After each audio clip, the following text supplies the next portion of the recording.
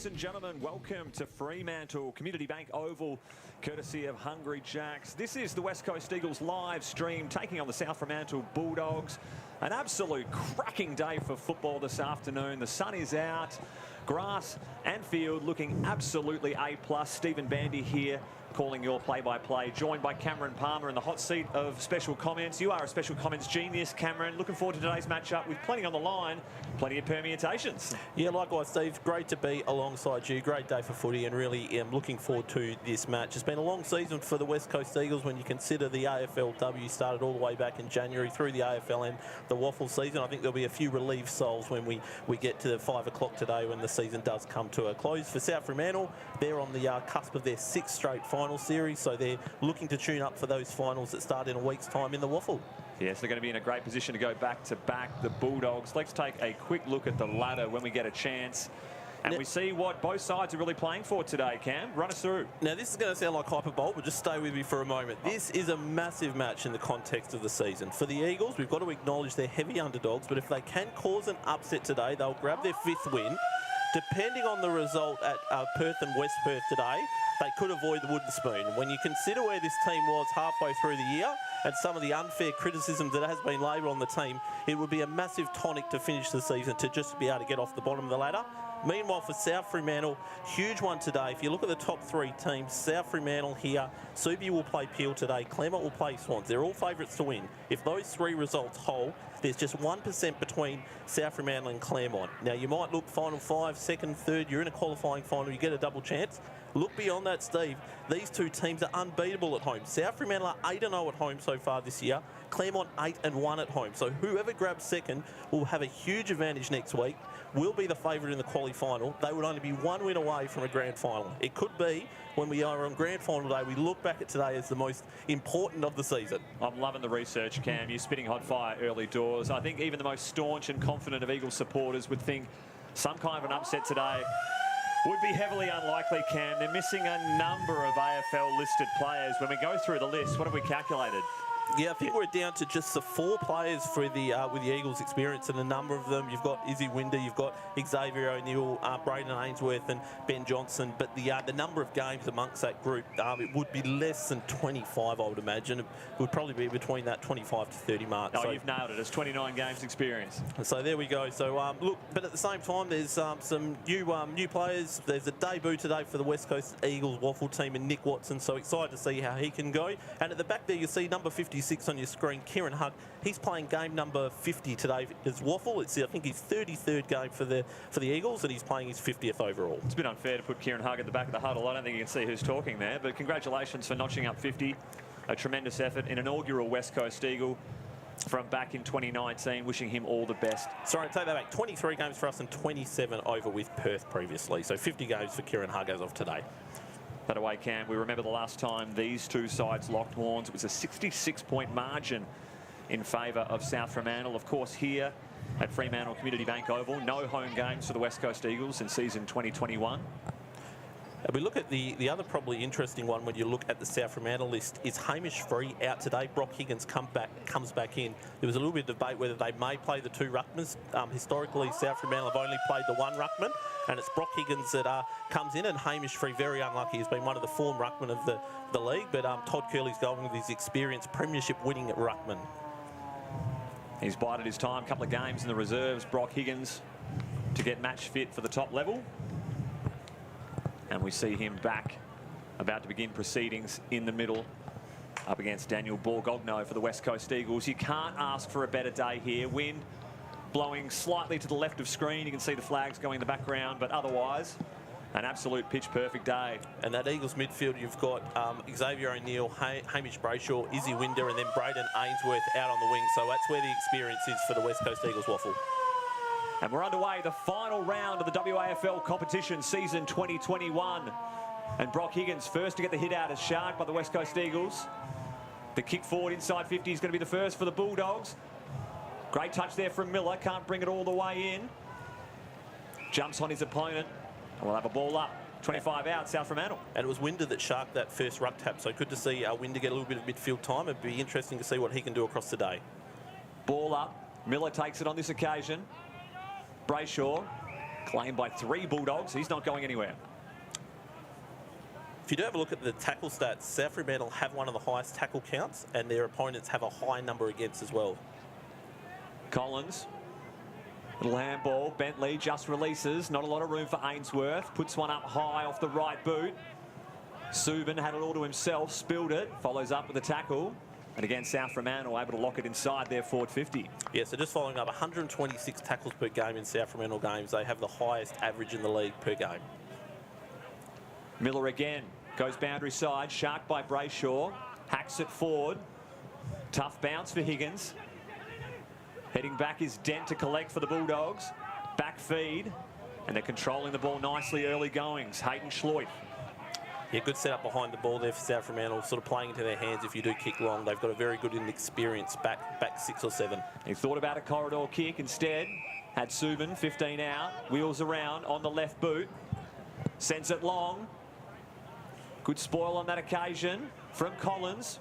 Racing to the pocket. Umpire calls play on. Tackle legal. In the end, heads out of bounds. It's the other part for the Eagles back line when you've got Mason Shaw and Jimmy Miller. It's a good two-pronged attack for the South Fremantle forwards. It's going to be one to watch inside forward 50. Umpire tosses it in. Borgogno has it all to himself. Hit to Sumage. Going to be a free kick going West Coast way. I think it might be a replay of the boundary throw-in. A little bit short on the throw-in. Borgogno couldn't believe his luck on that occasion. Miller will reset by his side. Better throw in on this occasion. Dragovic sharks it round on the right boot. He's put through the first for the Bulldogs. Great opportunistic goal there from Dragovic. Yeah, Dragovic has been in the goals in the last couple of weeks. He kicked one last week. He kicked the goal last time they played the Eagles, and really good positioning there. Lovely snap around the body, and a nice goal there from the veteran South Fremantle midfielder Jacob Dragovic. He's one of, I think, 7 South Fremantle players to play every game this year, Jacob Dragovic. So they've been able to get that settled team. And with Nick Watson debuting for the West Coast Eagles Waffle today, that's their 50th player for the season that's been debuted, which is some sort of record.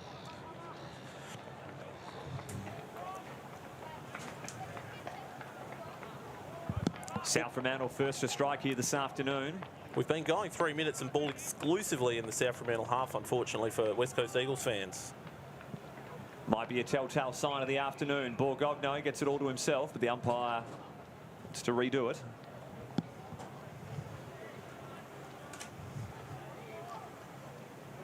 Borgogno standing at 199 centimetres. He's going to have his work cut out today, taking on big Brock Higgins. They do battle once more. Bletchenden again emerges with his second clearance of the afternoon. A long ball. Curnow. Good spoil from behind. Ball at ground level. A chance for Bentley to clear. Goes down the wing. Well read there from South Fremantle, and a good mark taken by Trent Newton. One of the guys coming back into the team. First game since round 17 for Trent Newton. They want to retreat the Bulldogs. They go back inside their defensive 50. Noah Strom to Dent. Has a bit of a trot. Goes very sideways. It's going to work for them. Down the line. Hall has to stop and prop, and Sinclair takes him over the boundary. Yeah, so again, got the ball in the hand of Jason Mascos there. He is a player they like to get the ball back into, and he is one that can set it up from behind there for South Fremantle. Ball up, far side. Ball hits the deck. Sinclair puts his head over it. Hall's claimed immediately. Not a little room to operate from either side. Good to see Harry Sinclair getting in there and doing the hard work with Xavier O'Neill. Winder, back feed, Ainsworth, a high pitching wedge. A chance for South Fremantle to go straight through the guts. Sends it wide, bouncing ball. Donaldson doesn't quite sit for him, wants to turn back to the left side. Instead has a back feed. Newton again for his third disposal early doors. And a good chiseled pass. Shaw takes it out in front. Looks like Collins on Shaw at the moment. That's going to be a good challenge for the young West Coast Eagle listed player. Miller going to be put in his direction. In fact, Higgins comes. Can't quite complete the mark. Made up good ground. Centering ball. A chance for Hall. O'Neill there to provide support. The Eagles with the numbers. Fournette. Florenka. Back to Subban. Kick one here last week. Tight angle. Forster on the line. Almost. Almost. Kicked an absolute perler there in the third term 7 days ago. And Ben Johnson to bring the ball back in. He's had a good few weeks, and expect him to be the kicking out. And interested to see how he does finish his season. He's been one of the improved Eagles over the last month or so, Steve. Goes for a trot. Pumps one wide. The big man. They compete. Humble. Just gets rid of the ball. Frantic footy. In the end, West Coast take control. Brayshaw hacks it forward. A good chance here for Marlin, who's swung forward and playing forward of centre now. Dragovic ducks the tackle well. Newton swings around to the wing. Donaldson outstretched, traps the ball. Great support from Hall, and he takes off. Burns Ainsworth on that occasion. Looking for the 1-2 with Miller. A high ball, but in the end, Johnson all thought about playing on. Almost collected by Motlop. And that is Jesse Motlop on the mark, so he's back in for his first game since round 17. Highly touted draft pick for next year, Jesse Motlop. They've got themselves into a bit of trouble here, West Coast. Subban, a long ball. Is Schlensog with a better position than Collins. And South Fremantle will make them pay on the turnover. Yeah, but on the wing here, probably the effort from Ainsworth just had to be a little bit better on Hall. Hall was able to get around, and that was really what set this play in motion. And Schlensog well read at the back rather, and had himself in the best position to be able to take the mark and take an easy shot on goal. So he's moved from defence about midway through the year. Such a great utility footballer, and he puts through his first. Yeah, so Schlensog has had goals now in his past 8 games, moved into the attack 8 games ago. He had no goal prior to that. He's kicked 5 against Peel about 4 weeks ago, and if the early signs are there's going to be a lot of ball up forward for Schlensog to have another big afternoon for the South Fremantle Football Club. Well, the last time we teamed up, Cam, was down at East Fremantle Oval. How many did Marsh have that day? He had quite a few. Yeah, let's sort of stick with it. The score at the moment, we're just waiting for an update on our screen, but it is South Fremantle 2 goals, 1-13. The West Coast Eagles waffle yet to score. You see Higgins there in the middle, who they do put as the second rucker. We'd assume Jimmy Miller will come in. Higgins has gone for 7 or 8 minutes so far. How far he goes into the first quarter, because no doubt they're also thinking about finals with Higgins and having him cherry ripe for next week. That's why I thought they might have rolled the dice and played Higgins with Freed this week. Just give Higgins a nice gentle run back into it. But they've opted for the solo rock option with Miller in support. Again, Florenka with another clearing kick inside forward 50. Motlop first to it. Takes care of Bentley. Steps around him a second time. Darts the pass, and Ninyet grabs it with one hand. Hard to stop when you've got a forward line that's got a bit of skill and poise like that. So outstanding play from Motlop, and Ninyet wheels around, and South Fremantle bag their third. That was very impressive play from Motlop. You can see why he's so highly regarded as a youngster. Motlop was actually the leading goal kicker in all of PSA footy last year as a year 11, and has made his debut probably about 5 or 6 weeks ago. Had played the 3 games, is sort of now splitting time between the state 19s and South Fremantle, but back here today, and expect him to also have an impact come finals time. Ninyet, 2-time Perth leading goal kicker. If we do look around the grounds there as well for their first time today, Steve, Peel Thunder do have an early lead over Subiaco, so it's just 8-6. But if Peel can cause an upset down there, then the top spot for South Fremantle is still up for grabs. If South Fremantle do claim top spot today, it'll be back-to-back minor premierships for the first time since 1952-53. You're an almanac of local footy, Cam. Love to have you here. Back in the middle, Higgins, decisive hit out. Florenka shovels the pass. Dragovic hooks it to the forward flank. Good use of the body on that occasion by Hansen. Donaldson looking for a free kick. Nothing doing. In fact, the umpire has indicated too much contact. Donaldson will take it. Hansen, another one. He's spent a lot of time forward. He's gone back over the past few weeks. So be interesting to see how Hansen does do playing more back today, Stephen. Donaldson with a laser pass, and he's found Shaw. Quality ball. Collins just couldn't get the fist in time, and Mason Shaw's going to line up and strike it from just to the paint of the 50. I think it was Feeney that has come across onto him on that time. And again, they're going to be giving up size between Feeney and Collins. Shaw, Miller, Schlensog, they're all big bodies. So how they do cope with that height, again, it's going to be, you imagine South Fremantle are going to be trying to get that ball in quick, long and fast.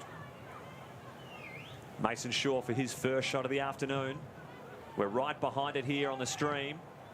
He starts it, drifting left, only slightly though. Sensational strike of the footy there from Mason Shaw. And that's 4 on the ball for the Bulldogs.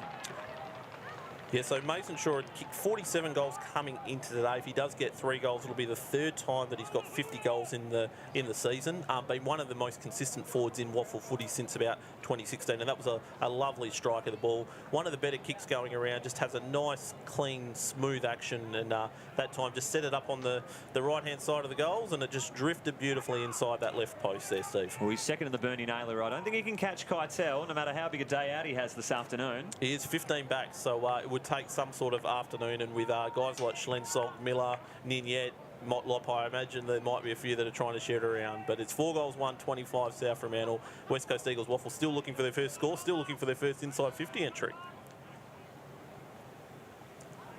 The umpire restarts play. It's Borgogno up against Miller. At ground level, Ainsworth feeds the handball out, but it's sarked by Bletchenden. And front position, Subin takes a good contested mark. Plays on, wants the left boot, and has Ninyet drifting back into the space. Options are plenty thus far for South Fremantle. Yeah, just picking holes at the moment in the West Coast Eagles waffle defensive 50.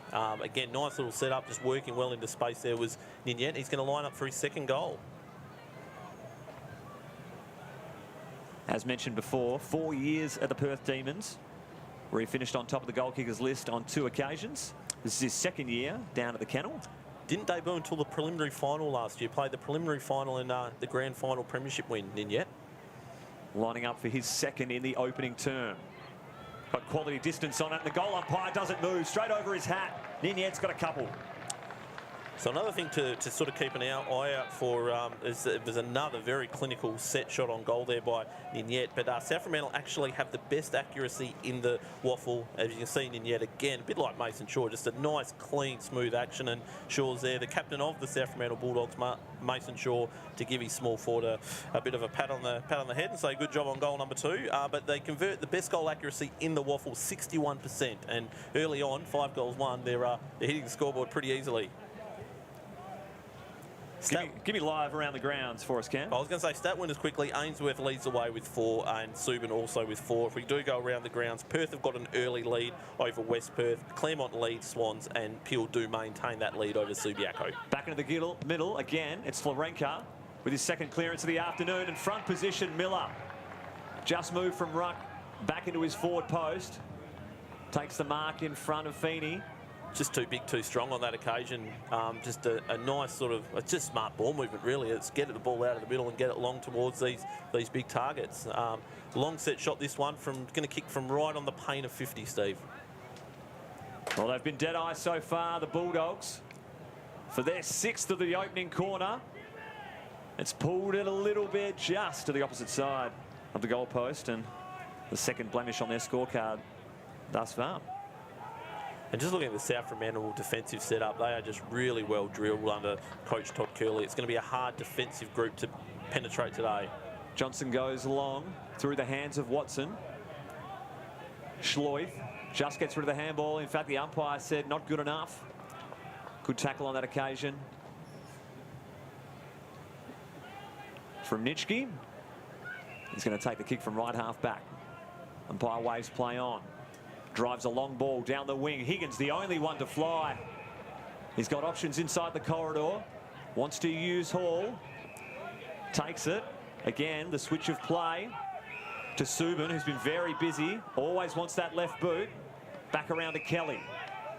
You can see their intent. They want to move it quickly here. Goes long. Tremendous mark again, Miller. Very big and strong in the contest. Almost runs into the man on the mark, gets away with it. In the end, Curnow sees the ball over. Ninyet can't bring it in. And you can see a couple of times now that they've really been able to get that turnover. It's a quick switch back across the ground. It's a shorter, sort of wider ground here. And if you can get the switch going, switch it from one side to the other, a lot of the time you can find open space. And South Fremantle are ruthless at using that space. Throw in, forward 50 for the Bulldogs. Miller, uncontested. Deegan mops it up. Curnow's kick is smothered. Good defensive pressure again here from South Fremantle. Deegan taken to ground by Florenka. And there's no easy touches here for the West Coast Eagles. Yeah, against South Fremantle, we said that they've got finals next week and they're playing like a team that's wanting to go to finals level intensity. Watson up against Miller. Picked up by Hanson. Attempts to don't argue. All of the teeth of goal. Clearing kick to the top of the 50. Have a look at the Bulldogs players lining up. Pearson shakes the tackle. Goes wide. Bletchenden dabs the pass. Schloith can't bring it in. He's got a bit of time. Sinclair corralling. And so well set up behind the ball. They've always got that relieving kick. Yeah, so Noah Strom, the fullback, always that last line of defence for South Fremantle. Little chip in board. Dent moves it across to Pearson. They change the avenue of attack again. This is McQuilkin. Plenty of numbers inside forward 50. He's going to put it to his big man in Miller. Ball trickles out the back. Ninyet, a chance. Plays a bit of how you going. I'm going to handball and I'm not. Goes straight to the teeth of goal and puts through his third of the opening term. That class inside forward 50. We saw Motlop with a bit of candy early on, and then that time Ninyet. He had a number of different options of way to play. Just too quick, too clever, and as you can see there, Ethan Hanson wasn't sure which way. Wasn't sure. Do I go to him? He's going to handball it in board, but again, the fake motion just froze him enough.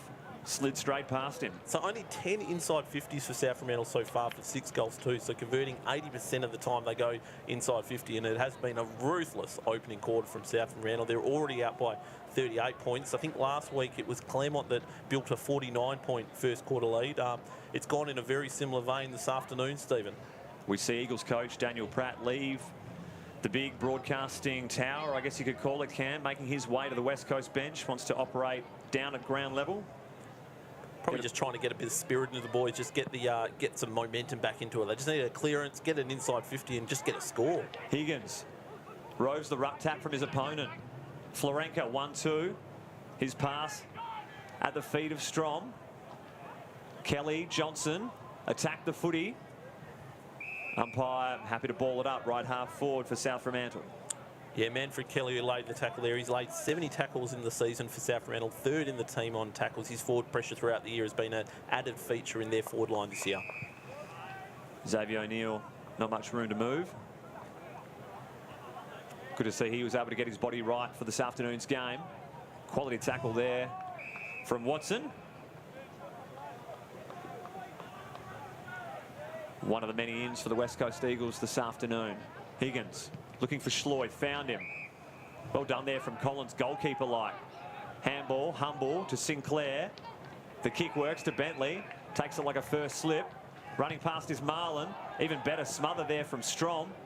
South Fremantle still neglecting to give up an inside 50 for the West Coast Eagles. We'll have a ball up inside the centre square. Yeah, just you saw the West Coast Eagles waffle. They were able to just get a little bit of space, but so quickly closed up by the South Fremantle side. Their defensive pressure very good. Higgin finds Florenka again. Kelly, first to the ball, dispossessed. Have a look at some of this pressure from South Fremantle. Dragovic refusing to give up that kick. Great smother. Ball goes out of play on the far side. And you do feel a little bit for young Nick Watson making his debut today. He's backing up Borgogno in the ruck. He's in the ruck at the moment. And imagine going up against the mountain that is Brock Higgins, and a man that's trying to win his own final spot. Tries to get front position. Did well on that occasion. Winder claimed by a couple of South Fremantle midfielders. Winder's had a couple of nice moments in close as well. He's sharked a couple of balls off Higgins, and he just inside, he seemed to having a little bit of an impact. Coming off 17 disposals and 4 inside 50s last week against the Tigers. West Coast sent it forward. Good contested mark on that occasion from Carey. Gives it off, and here's their first inside 50. Puts it to the dangerous area. Oh, but floating back. Good mark taken by Byron. South Fremantle so stingy with their defence in the early going. To Mascos. Newton, the short pass to Donaldson. Gets it on the second attempt. Sinclair certainly made him earn it there. In absolutely no hurry, and nor should you be when you've kicked 6-2 in the opening term. Goes long. Schlensog the target, but just drifts ever so slightly out on the full. So a couple of good moments here for the West Coast Eagles. Waffle, they had their first inside. It's going to be 50 metres here, so sorry to cut you off, Cam. So Schlensog hasn't given the ball back after he's taken the mark out of bounds, just put it straight to the turf. A little bit of an appeal there from Zane Sumich, and it's come to fruition. So Sumich did have a goal last week. Again, son of Eagle great Peter, so he would know this ground very well as well, Zane Sumich, having played his juniors, played some Colts and reserves, and I think he also played the one league game for the South Fremantle Football Club. He did indeed, after toiling away for a few seasons in the twos. So if he's going for his first goal, how many more to make up to his dad? Just a couple? A few more. Yeah. Well, if you get 6 more, at least it would give them the lead for the first time today. A desperately needed goal for the West Coast Eagles. He struck it nicely. It's drifting ever so slightly right, though. And it's their first score of the afternoon. Unfortunately, a behind for West Coast faithful. So it took 21 minutes for that first score, but they have just had a good few minutes and have been able to relieve some of that South Fremantle early pressure. Pearson goes for a trot. Short pass. Finds Florenka. An absolute ball magnet for the Bulldogs. Chips it up. Quality attempt there from Strong. West Coast able to pump it back inside 50. The numbers with the Bulldogs. Good spoil there from Strong. Oh, lightning hands there from Florenka.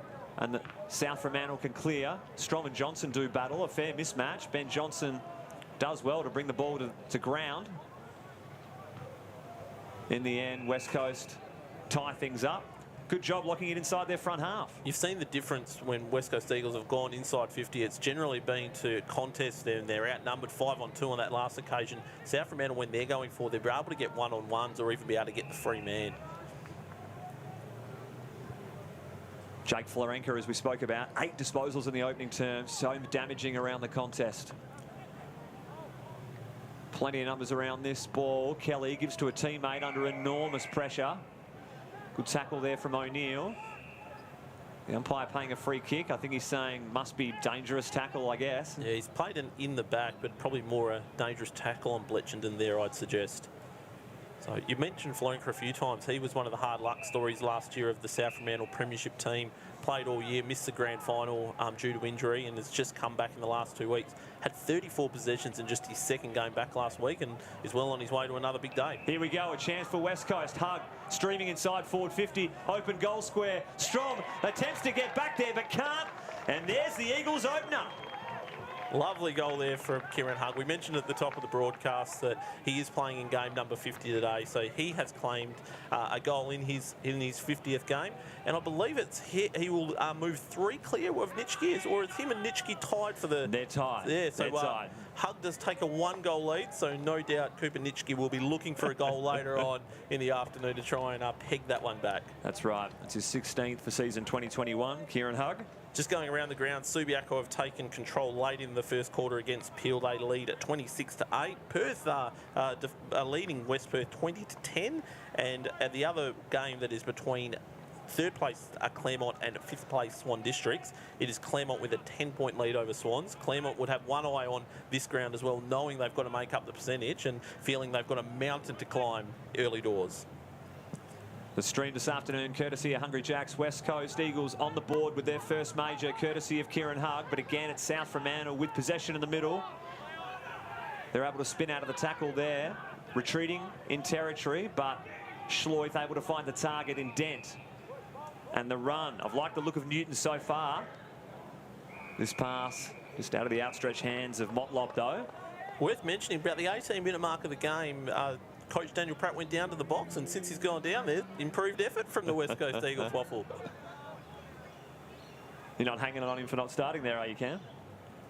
It's got 7 minutes of worth to it. Higgins, handball nicked on that occasion from Deegan. Gives to Ainsworth, thumps it long. Tough bouncing ball for both South Fremantle players. In the end, Nitschke collects. Looking for the 1-2 with Humble. Nitschke again round the corner. No deep entry on this occasion. South Fremantle really throttling him with that defence there. And we'll have a ball up. No, in fact, it's going to be a high tackle going the way of the Eagles. No, it's a holding the ball decision that's gone the way there of Hamish Brayshaw, the skipper. Brayshaw puts it to the dangerous area. Oh, have a look at the strong hands there from Noah Strong. Too big, too strong for Rebillard. Gives to Schloith.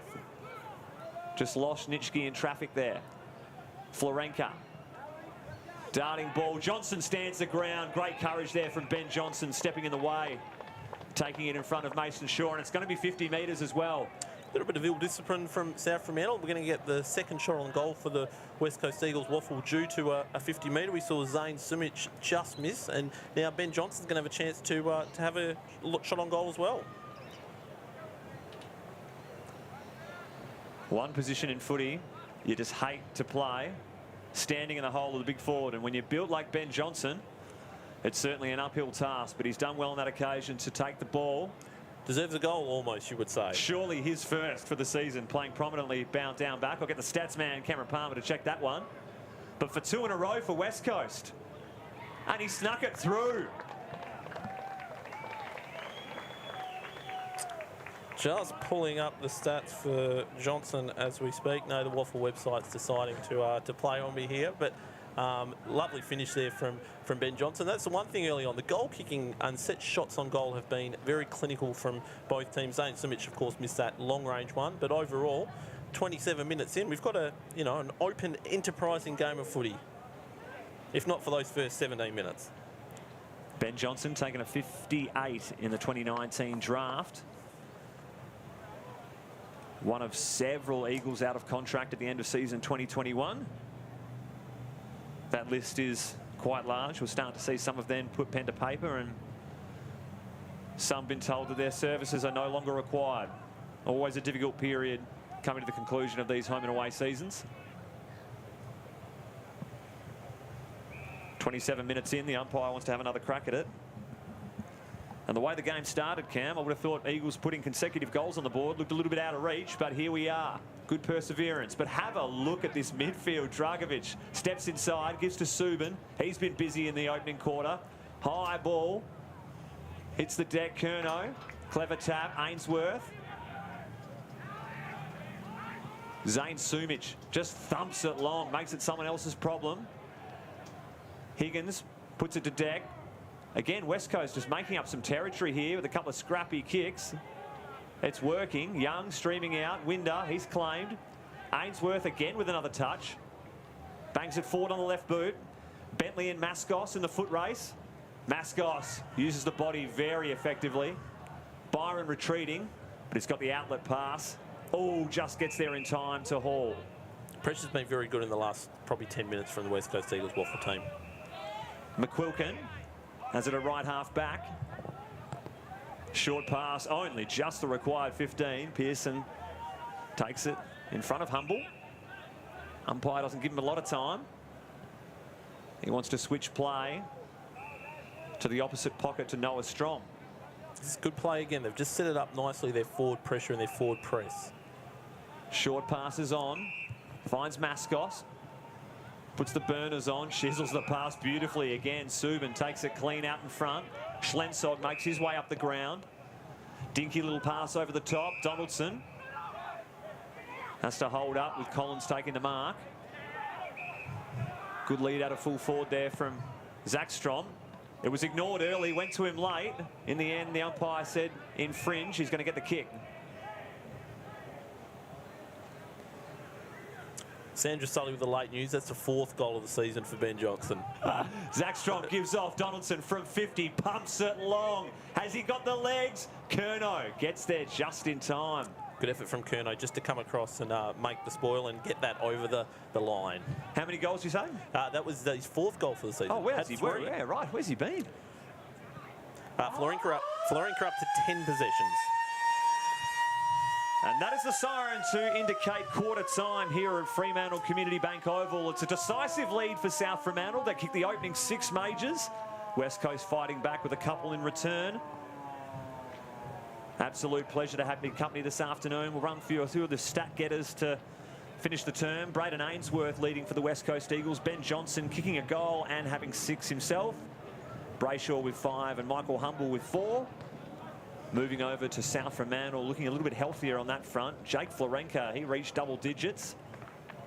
Bletchenden 7, did most of his work in the centre bounce. That was Dragovic putting through his first major, as we see a few highlights courtesy of Hungry Jacks.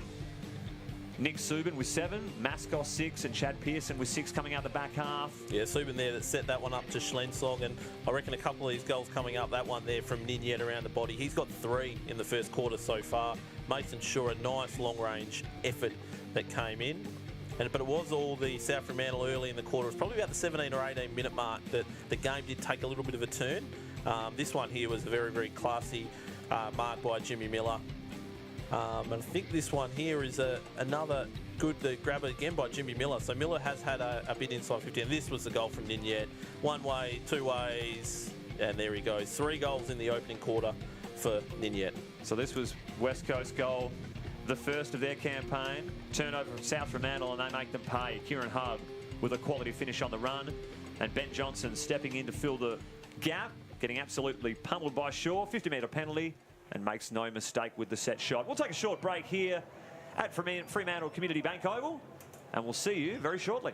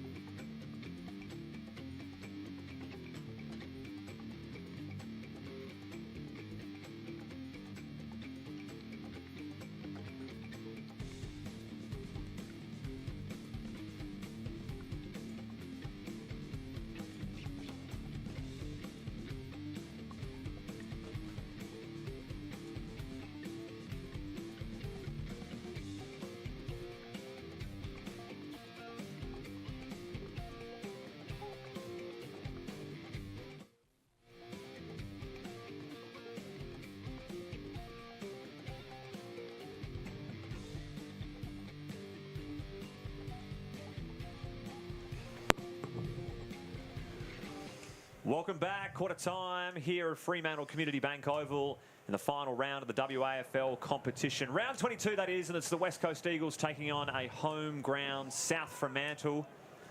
So far, as you see in the background, 6 goals 3 to 2 goals 1. South Fremantle getting a good jump out of the gates. And West Coast Eagles fighting back with a couple in a row. Cam Palmer, let's go around the grounds, courtesy of Hungry Jacks. Yeah, so Hungry Jacks around the ground scores. We've got Subiaco leading 5 goals 2 to 1 goal 2 over Peel. So Subiaco playing for top spot today. If win, and they will claim top spot. Perth still have a narrow lead over West Perth, 3-3 to 2 goals 5. And the other game, which is the significant one for South Fremantle, it's Claremont 3 goals 4, a 10-point lead over Swan Districts, who are 2 goals straight 12. If you look at it, it's essentially South Fremantle have got to win by about a goal, 10 points more than whatever Claremont do. So far, so good for South Fremantle, holding a 26-point lead at quarter time. Umpire to restart play in the second quarter. Higgins, great hit out to Schloith. He's immediately claimed by the skipper and Brayshaw. Bletchenden still able to get the clearing kick forward for the Bulldogs. Hansen sits underneath it. Clever tap from Schlensog. Ninyet goes round the body, and Hayden Schloith, unchecked, takes a good defensive mark. Collins certainly made it earn it in the end. He sees something he likes inside forward 50, and how's the time and space from some of these Bulldogs players? It's Nick Subin, who had himself a serious opening quarter with 7 touches and 4 marks, takes his fit inside forward 50. Yeah, so the other notable stat from the first quarter, and it really shows the way South Fremantle are trying to play the game, 70 kicks to just 28 handballs, so almost a 3-to-1 kick to handball ratio. It is the way that South Fremantle do like to play, and when they get the game on their terms, it's win the ball tough and tight, then get it out, kick on the outside. To snap a 2-goal slide, Nick Subin gives it a good right to the teeth of goal. Good fist over by a couple of Eagles defenders. Yeah, light breeze, probably just drifting that way. Might have helped the kick on that occasion just to make the distance, and maybe just waft slightly to the right. Ben Johnson, again with the kick-out duties, pumps it long. Good fist behind from Strom. West Coast advance it forward. Tough bouncing ball from Newton. Strom again providing great defensive support, and again Subin. A good outlet kick. Wheels and goes on the left boot. Has Donaldson in some space. Kelly off his short. Schlensog goes over his head. Oh, well read, almost well read from Sumich. Even better spoil there from Collins in front of Shaw. I like the work there from Zane Sumich. He zoned off Schlensog as soon as he saw he wasn't going to receive, but just couldn't get quite back in time. Yeah, so Collins, Sumich and Feeney, they're all giving up size to their respective South Fremantle opponents, but haven't been outplayed too often, Steve, in the first quarter and a bit. Throw in. Borgogno with the hit out, finds the skipper. Brayshaw puts it long down the line. Nitschke just moves Newton off the ball. McQuilkin there to provide support for the Bulldogs. But here we go, West Coast through Robilliard. A centering ball. What a terrific kick. Finds Sinclair. And he takes it 40 out, almost directly in front. Mentioned in the first quarter, Noah Strom is generally that last line of defence in South Fremantle. That was what was impressive on that kick that time. Get it over that last line of defence. It's a one-on-one contest, and on that occasion it was Nitschke and Robilliard who together were able to combine, and it looks like it's a chance now for Sinclair to make it 3 goals on the trot. The former Claremont reserves player. 9 games for the West Coast Eagles in season 2021. Just pushes that one to the right. Never gave it a chance.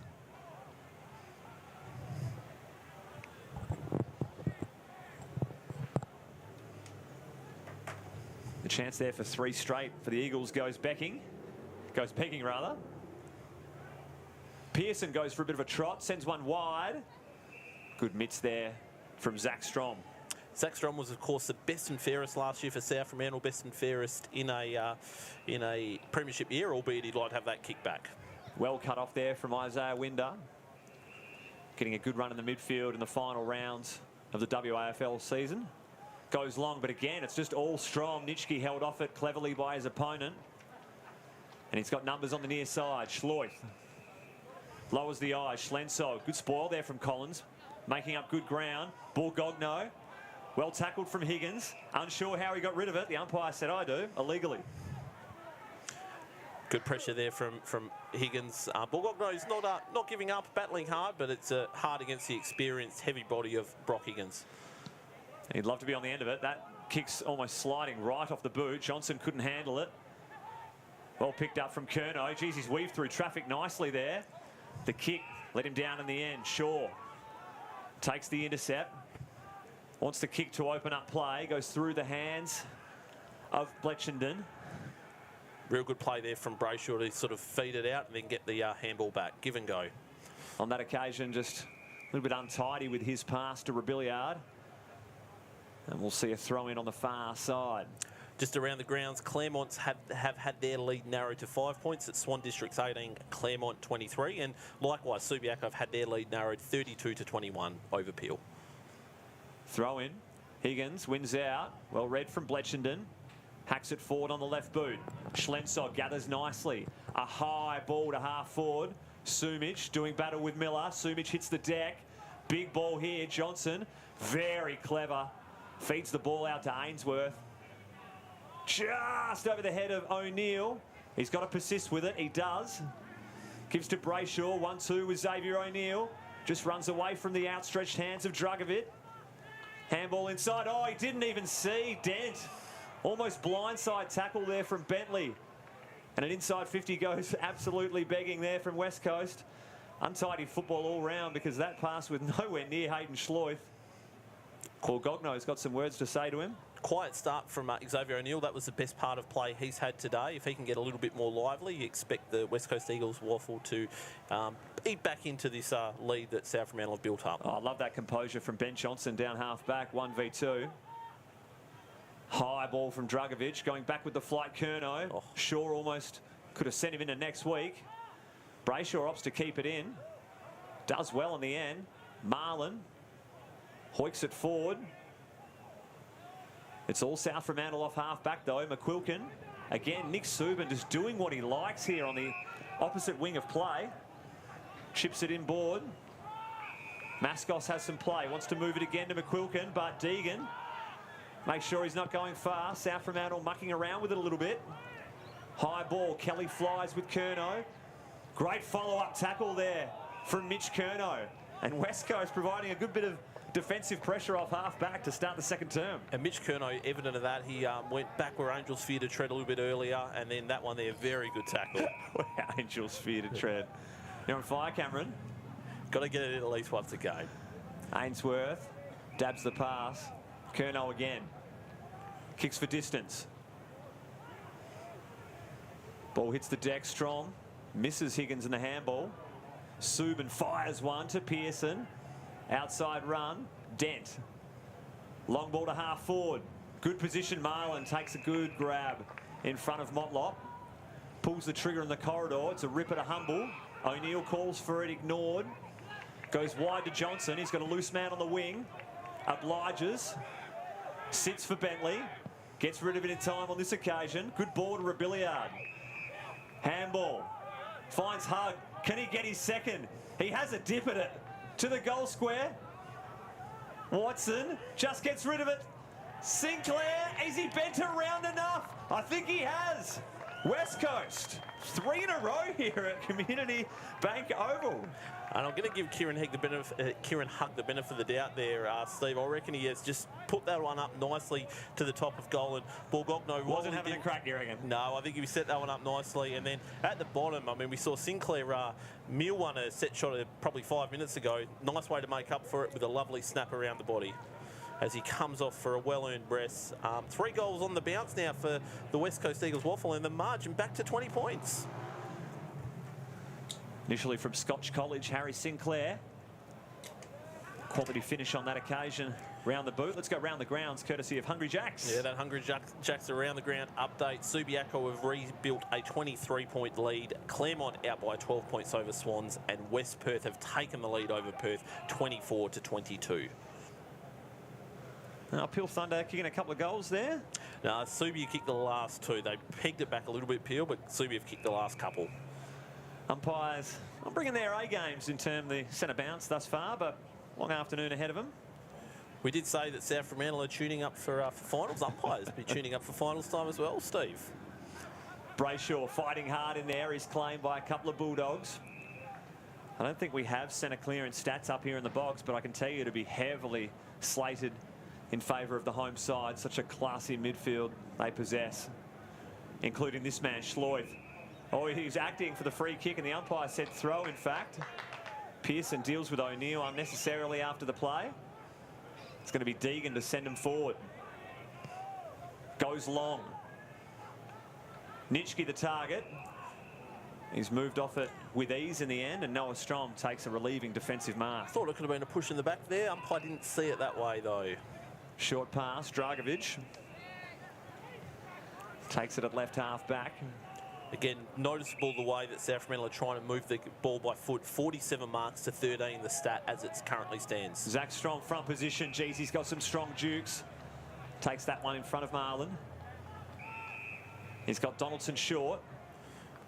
In fact, it's going to be 50 metres. See what that one was for, Cam? I think that was on the mark. The Zane Sumich may have moved when he was told to stand. That old chestnut. We'll see if that remains in season 2022. As Strom kicks to full forward in the direction of Ninyat, searching for goal number 4. Ainsworth provides a bit of support round the corner, but the kick winds up straight into the breadbasket of Nick Subin. He wheels round just from the 50, gives it a fair roost. Oh, geez, what an absolute special finish from Nick Subin. He's dogged it. So that will be his 12th possession, 8th mark. He was getting enough marks without giving the ball across to him. Kick out of defence from Ainsworth, just trying to get it out of the defensive zone. But we see here Subin with the play on.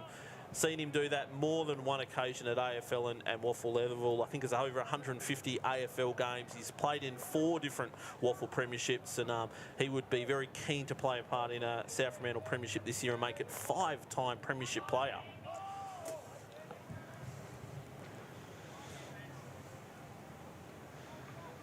Just some of the other stats that are sort of noticeable. The tackle count, 20 to 18 is the way of South Fremantle. So West Coast have brought that back. And the inside 50s have evened up a little as well. So it's 17 to 10. And that probably speaks to that accuracy that we spoke about in that conversion. Only 17 inside 50s for 7 goals. That is elite level performance going inside your forward 50. A goal apiece in this second term. Deegan sweating on Florenka, able to hold things up. We'll have a ball up inside the centre square. And noticeable just in the last couple of minutes, South Fremantle, that tackle pressure has increased. I dare say Coach Todd Curley has sent the message down. They want a more improved performance given what they've seen in the last 20 minutes of game time. Johnson, good diving intercept mark in front of Kelly. Normally such a prolific user of the ball, but turns it over on this occasion. And South Fremantle through Dragovic, steaming forward, looking for Shaw in the pocket. Zumic with him, but can't get a fist in. Good mark there from Mason Shaw. He's already got 1 in the game so far, long distance from 50. Again, a little bit unlucky there, Zane Sumic. He just slightly zoned off Shaw, probably not expecting the turnover from Ben Johnson, and when it came, just slightly out of position. And Mason Shaw, one of the best players in the Waffle, at being able to use his body and guide the ball into the position he wanted it to. Leading goal kicker for season 2020 in the league. Looking for a couple this afternoon. From about 35 out, slide angle, slams into the woodwork. First poster for the afternoon. You keep that stat for me, Cam. Those playing at home, that's 1 poster. Malcolm Blight was always a massive fan of the poster. Of snapping him in half. That's Lee Matthews, right? I'll get my history right. Johnson trots out a full back, sends it long. Good front position grab there from Pornich. In fact, it's Watson. Gives off. West Coast streaming through the middle. Ainsworth. Got a couple of Bulldogs sweating on him. Happy to see it over the line in the end.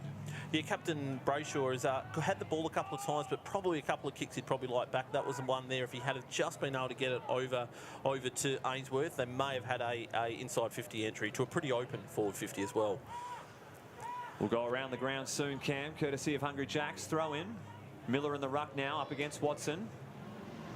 Ball spills out. Ainsworth feeds it back to the sweeper in Curnow. Dodges one. Sends it to half forward. Newton does well, beats his opponent on that occasion, goes down the wing, and good crap there from Miller. Taking a couple of great contested clunks. Has Zach Strom in the middle. Thought about the handball going past. Good lead there from Shaw. Comfortable grab. Just etching forward to the Bulldogs. Into the pocket. What a dart pass. Ninyet streaming out. Just a little bit of that difference with the way they do move the ball and the way they make space for one another. You could see the Eagle defender trying to get across to get a hand on it, but the way that Mason Shaw delivered that ball, it was only going to hit the chest of Cody Ninyet, and he's going to line up for his 4th goal of the afternoon. Yeah.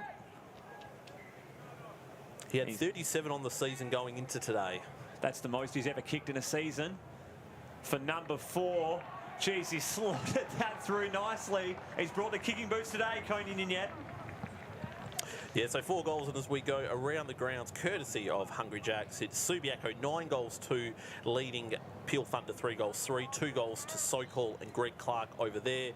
West Perth 4 goals 6. They now trail Perth, who are 5 goals 4, 34. Perth have just kicked a goal there, and Claremont have a 12-point lead over Swan Districts. It's 5 goals 7 to 4 goals 1. Jai Bolton has had it 14 times out there, and Manuel and Palmer each have 2 goals for Claremont and Swan Districts respectively. So again, if we look at the live ladder, so to speak, it is still South Fremantle holding in second, Subiaco claiming the minor premiership, and Claremont slotting into 3rd. As if that was a season to end right at this moment, but it is not, because we're going to go back to the middle and another ball up. Quality update there, courtesy of Hungry Jacks. Thank you, Cam. Not just 4 goals for Cody Ninyet, but 4 straight. A beacon of accuracy in the early going. Bletchenden streaming out of the middle. We've seen a couple of times this afternoon. Goes wide to Shaw. Good pressure on that occasion from Collins. And they see the ball out of play. And again, you see the quality of this South Fremantle side. Mason Shaw, the captain, he's probably worked himself up the ground probably in the last 5 minutes. He's had 2 or 3 marks, made 2 or 3 contests. He's having an impact on the game. Throw in just outside of forward 50 for South Fremantle. Goes past the hands of Higgins. Borgogno looking for Deegan on the handball. Ainsworth scraps it forward only as far as Hall. Dent retreating in territory. Byron looking to get past his opponent, just to Strom. Hands, Dent. A long ball down the line. Front position, good grab there from Collins. Been one of the better performances of the day, Will Collins. Short pass, just the required distance to Ainsworth. Brings it back inboard to Ben Johnson. Meticulous with their ball movement in this passage. Finds Winder. He wheels and goes to centre half forward. Sinclair on his Pat Malone takes it. Little give off. A chance here for West Coast, and that's great transition play from the Eagles. The mark is taken by Carey, about 30 metres out, slight angle. Yeah, nice transition that time from the West Coast Eagles waffle. It's been a good second term here. It's 1 goal to 2, and if the West Coast Eagles waffle can score here through Carey, I think it would be relative to the way the game's been played. Now, I think it's proven already, Cam, I'm one of the worst statsmen in the business, but I think this is his first major at league footy. We'll see if we can confirm or deny. So he's going to line up. Going to strike it from about 40 out. Slight angle. He's put it through. So there we go, Jack Carey. It does appear that that is the goal number 1 for Jack Carey. So well done to him. So it's 2 goals apiece in the second term. Yes, I can confirm. Sandra Sully, first career goal. He was pretty happy about it as well. Why wouldn't you be? So his teammates there, they go to get around him. It's the captain, Hammer Brayshaw, the first one there to give him the high fives, and he makes his way back into defence. So just found his way sneaking forward. Didn't want to finish this waffle season without a goal. The former Subiaco Resi's player. It's his 5th game in season 2021 at this level. So margin back to 27 points again. Claremont would be looking at that and thinking, oh, we're back in with a bit of a sniff here. Around the grounds, they still hold a 12-point lead. Got to love that last round. When you're not just playing for yourself, you're playing for someone else as well. Ball up, back in the middle. Borgogno just waits as Higgins flies by. Umpire's spotted something. It's the non-controlling umpire. It's hanging on, going the way of the Bulldogs. So it'll be taken by Florenka. Dabs a little pass to Kelly.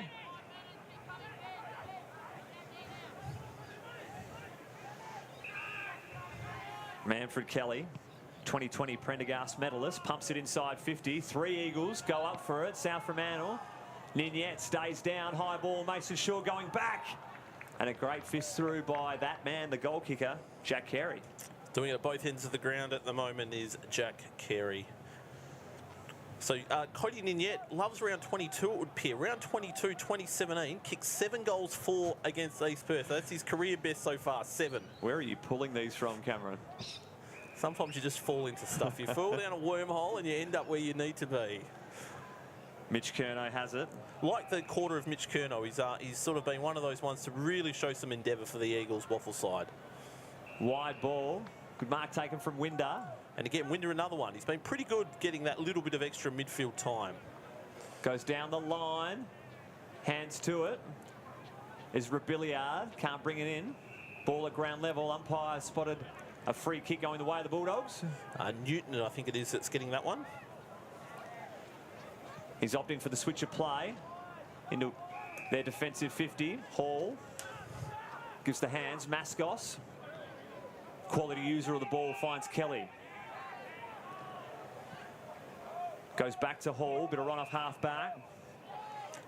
So just running through the stat winners, Ainsworth leads away at the moment, 15. Floranka a bit quieter in this quarter. He's had just 3 for a 13. He's a team high. Goes for distance. Shaw stays down on that occasion. Miller jumps up to receive a bouncing ball. He's tackled by a couple of Eagles. Great story about Mitch Curnow, though, an inaugural Eagle. He's 2 games returned from a navicular fracture in his foot. 700 days since he played a game of footy. And tremendous to see him persevere and get back on the field. Holding the ball, the decision. Good tackle on that occasion from Humble. Yeah, good effort there from Humble. Good pressure. Again, we've spoken about it since after that first 15 minutes where the effort endeavour probably just wasn't where it needed to be. They've been really good, the Eagles waffle team. High ball. Marlin flies, gets hand to it. Can't bring it in. McQuilkin just pumps it forward. Kelly stays down. Here's the voice on the inside. Untidy handball. Sinclair pounces. Sends it to the 50. Young goes to ground. Mascos. Handball well collected from Motlop. Centering ball. Oh, gee, a couple of South Fremantle players could have raffled it. Neither took it in the end. O'Neill sweating on Subin. Schloith gives to Pearson. South Fremantle getting out of jail, though, on that occasion.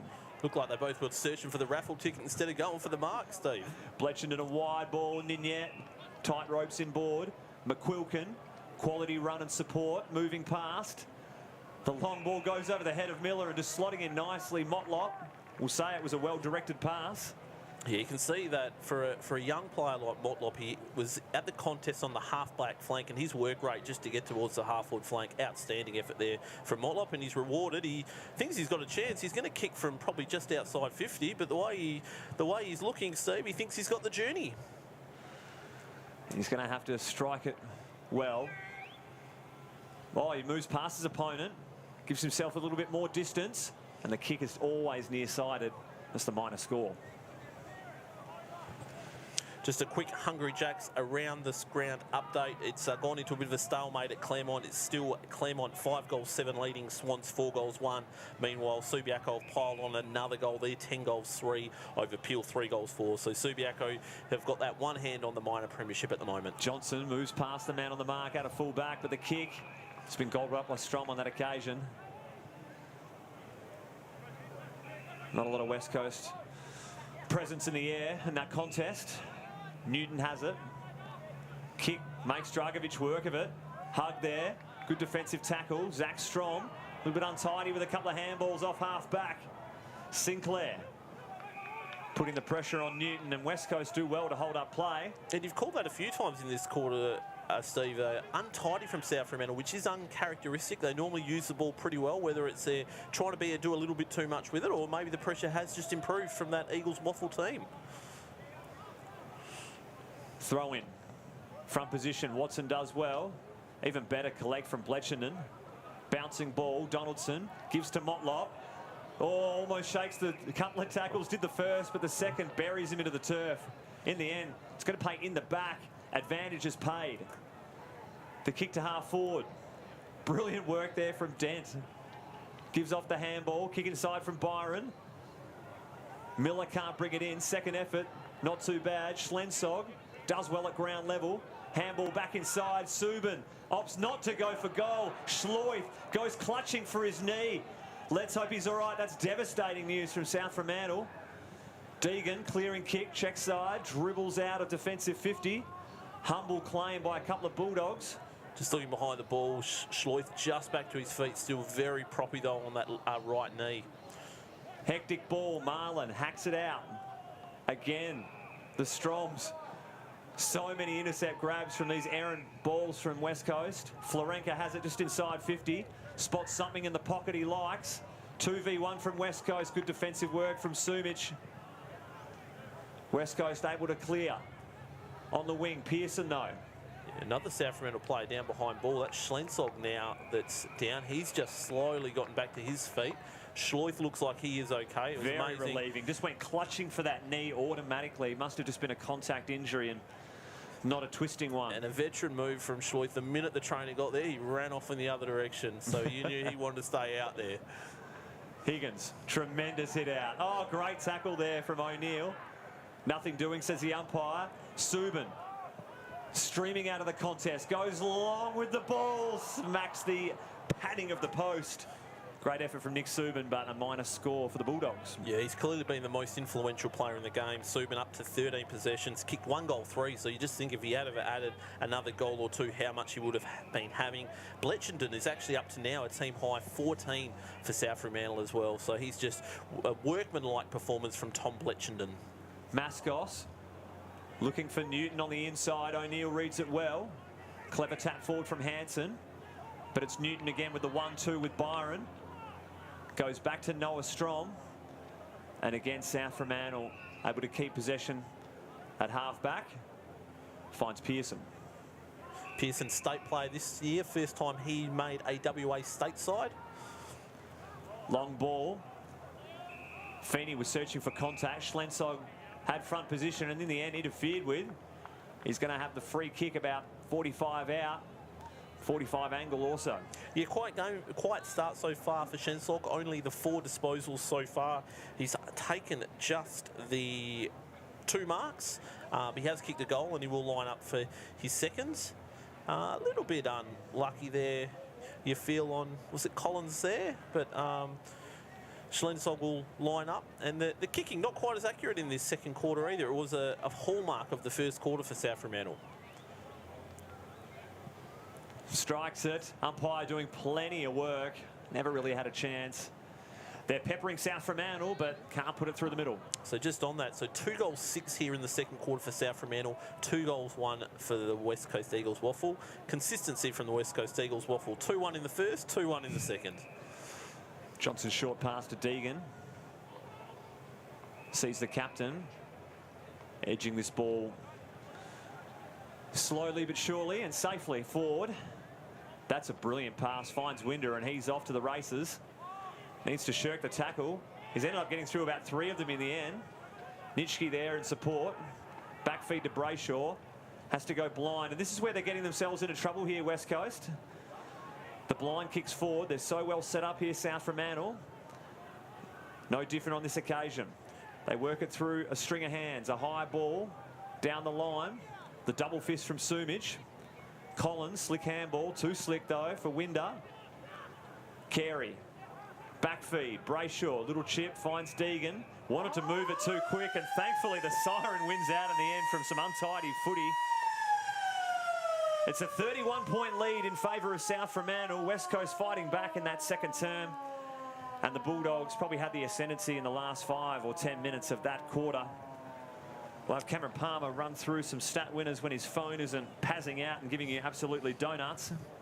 Yeah, just wanted to just highlight Izzy Winder there on the screen. You see a little bit of that excitement that I think he can bring to the West Coast Eagles side looking ahead into the future. We've seen Jesse Motlop and Cody Ninyet. They've been very explosive, and you saw it in that last little bit of play there from Winder there. You can see what the Eagles see in that young player.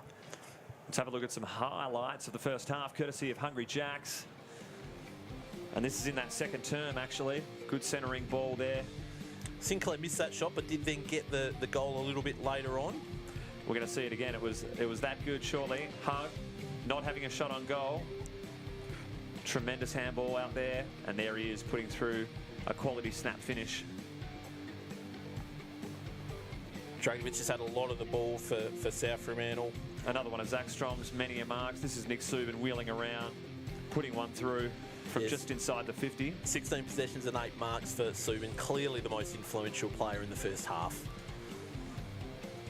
Mason Shaw, too good for Sumich on that occasion. Ninyat, 4 goals straight, having an absolute day out so far for the Bulldogs. Just a beautiful, clean kicking style. He's had a couple of nice set shots, a couple of little snaps as well.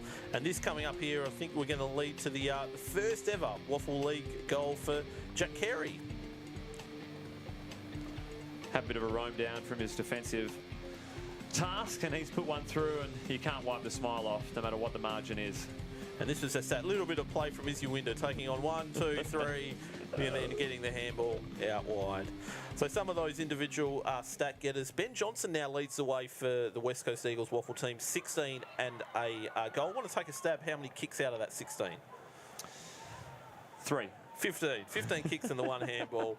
Ainsworth is at 15, Brayshaw 12, and on the other side for South Fremantle, Subin 16 and a goal, Florenka 15, and Bledchendon 14 goals as well. Some of the team stats. South Fremantle big on possession, 201 to 113, and Mark 70 to 26. Free kick count 9-5 the way South Fremantle, and inside 50s 27 to 12 the way of South Fremantle. Tremendous have your company this afternoon here at Fremantle Community Bank Oval for round 22 of the WAFL competition. It's the final home and away round. We'll be back shortly after these messages from our sponsors. I think when you see young men develop, succeed, particularly at football, because that's why they were drafted to play footy. But I always say that if a person leaves a football club, whether they play for 2, 5 or 10 or 15 years, a better person, then the football club's done a pretty good job. It's not all about football. It is to the supporters about winning and losing, but there's more to it.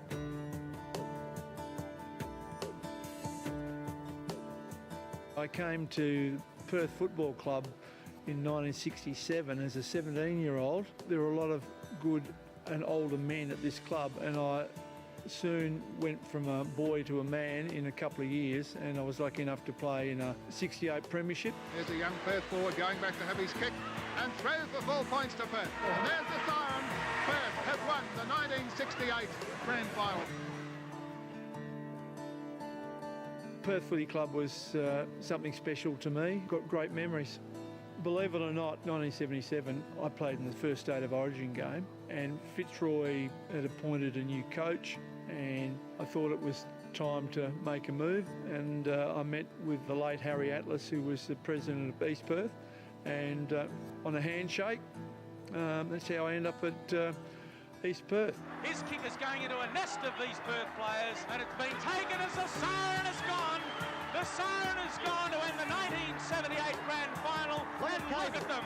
Just ironically, East Perth beat Perth in the grand final in 78 by 2 points. I was lucky enough to win the Simpson medal, but you don't go out to prove a point, you just go out to play footy, and end up being a pretty good day. Crowd are roaring because their heroes are up there on the balcony to receive the pennant, receive the cup, and receive the adulation of their fans. There's a shot of Ian Miller. Look at the cup being passed down the line. I didn't think that I would end up still involved with football. I always wanted to be a physical education teacher. And then I was in retail, and then I end up back in football full time, and who would have thought? Well, my association at West Coast started in January 1990. I got a phone call from then director of West Coast in Murray McHenry, and he said, how would you like to be on the match committee? And I said, well, I've never really thought about it.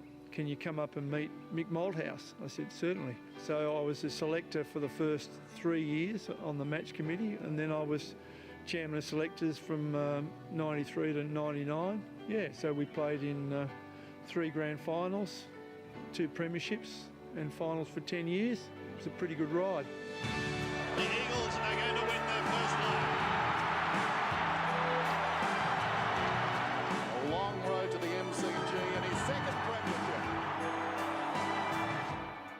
towards the end of 2002, I came back to the club in a full-time role. They wanted someone to be the conduit, I guess, between the match committee and the WAFL clubs, because we had players at all the WAFL clubs. And then that gradually morphed into, after the first year, into the PDM, Player Development Manager, which is from AFLPA, and then Player Services, and then it just grew bigger and bigger, and you used to do everything on your own. And but that was fine, whether it be, it was more off-field, players off-field work or studies, transitions, delistments. I'm a fairly emotional person, and I've had a cry with it at the end of a year when players have been delisted, host families, parents. We've had in my time, since 2002 to now, we've had 53 host parents that have acted as host parents along the way in the last 19 years, which is unbelievable, really. I think I was pretty lucky that the way I was brought up with mum and dad and the football club and at Perth, and then teaching. Teaching helped me a hell of a lot. And then being involved in a retail business, employing a lot of young kids. So you have to build relationships and trust. And that's all I did, was bring that into the footy club in the player services. It's now called Wellbeing. I have a saying that if you get up in the morning and you want to go to work, you've got a pretty good job. So I've been very lucky.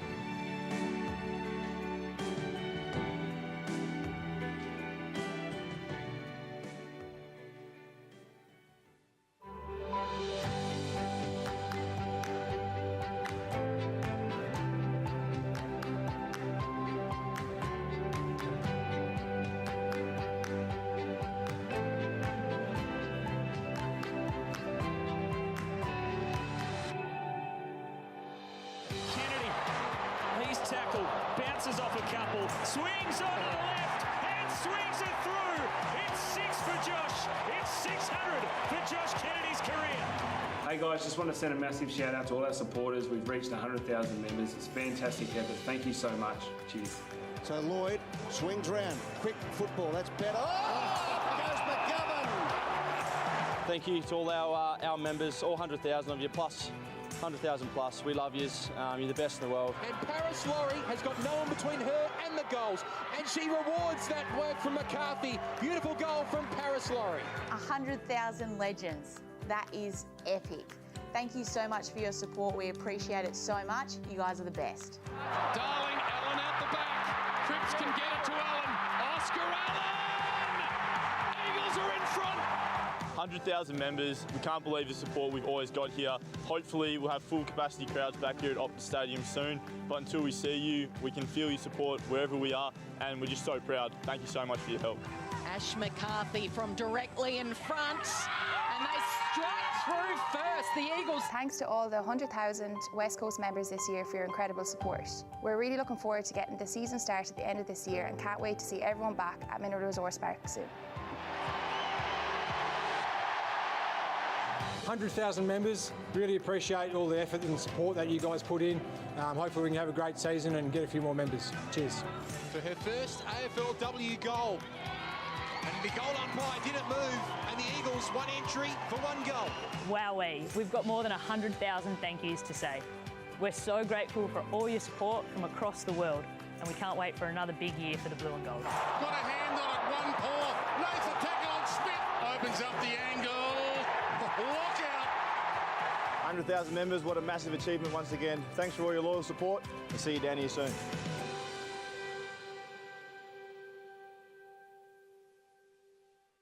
All right. Single Aussie, your double whopper cheese. And my triple whiskey river. Whopper your way. Choose single, double or triple. And try the new Whiskey River Whopper with smoky barbecue sauce and angry onions. Whopper your way, your taste, your size. The burgers are better at Hungry Jack's.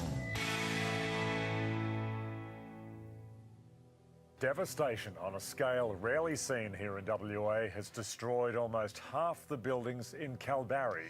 The tourist town took a direct hit from Cyclone Seroja last night, with 170 km/h winds smashing the coast. Look, obviously some people in our communities are doing it really tough right now, and the reality is that they may be doing it tough for some time to come. So as well as the physical damage to property caused by the cyclone, there's also the mental side of how you deal with that and how it affects you in other ways. We're so grateful to have a visit from the West Coast Eagles. Since the cyclone, the whole landscape for the children has really changed with the devastation that they saw at their school. But one thing that hasn't changed is the community spirit that they have and the love of their community. People have just been so kind and generous with their time to come and spend time with the kids and doing something they love to do, which is play footy. We were asked by the WA Education Department to come up north to Kalbarri, Northampton and Binoo to give back to the communities that have done it tough after Cyclone Saroja for the last month or so and do a couple of footy clinics. We've linked in with the regional police, just giving back where we can to the guys that have done it pretty tough. I do love mucking around with the kids. I've got a little bit of a 10-year-old in me still, so I love kicking footy and mucking around and having as much fun as I can. So I remember back when I was a little kid like that, we had visits from players and from the footy club, and I just used to love it. So, you know, whenever I do those things, I try and put myself in their shoes and think how much they'd enjoy it. So I give everything that I can and hope they have a bit of fun. It was great to get involvement from some of our players back home. We had some Zoom calls with a few AFL and AFLW players, which the community got a lot out of.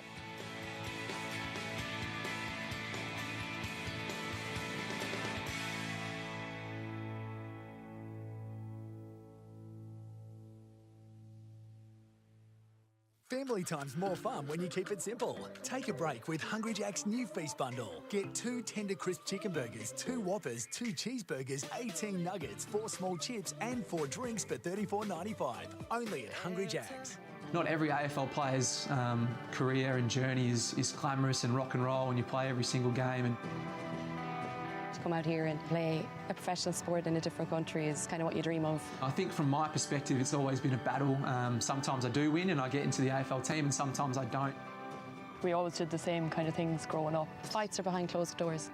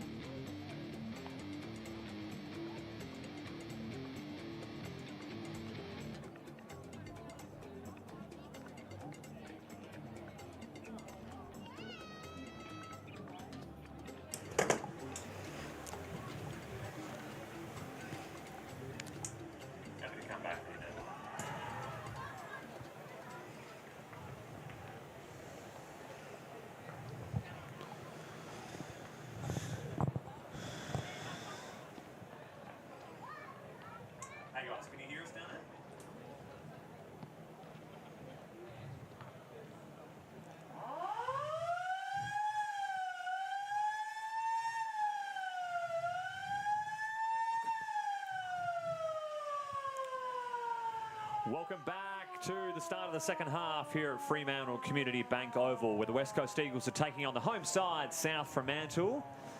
It's a 31-point margin at this stage. Cameron Palmer in special comments by my side.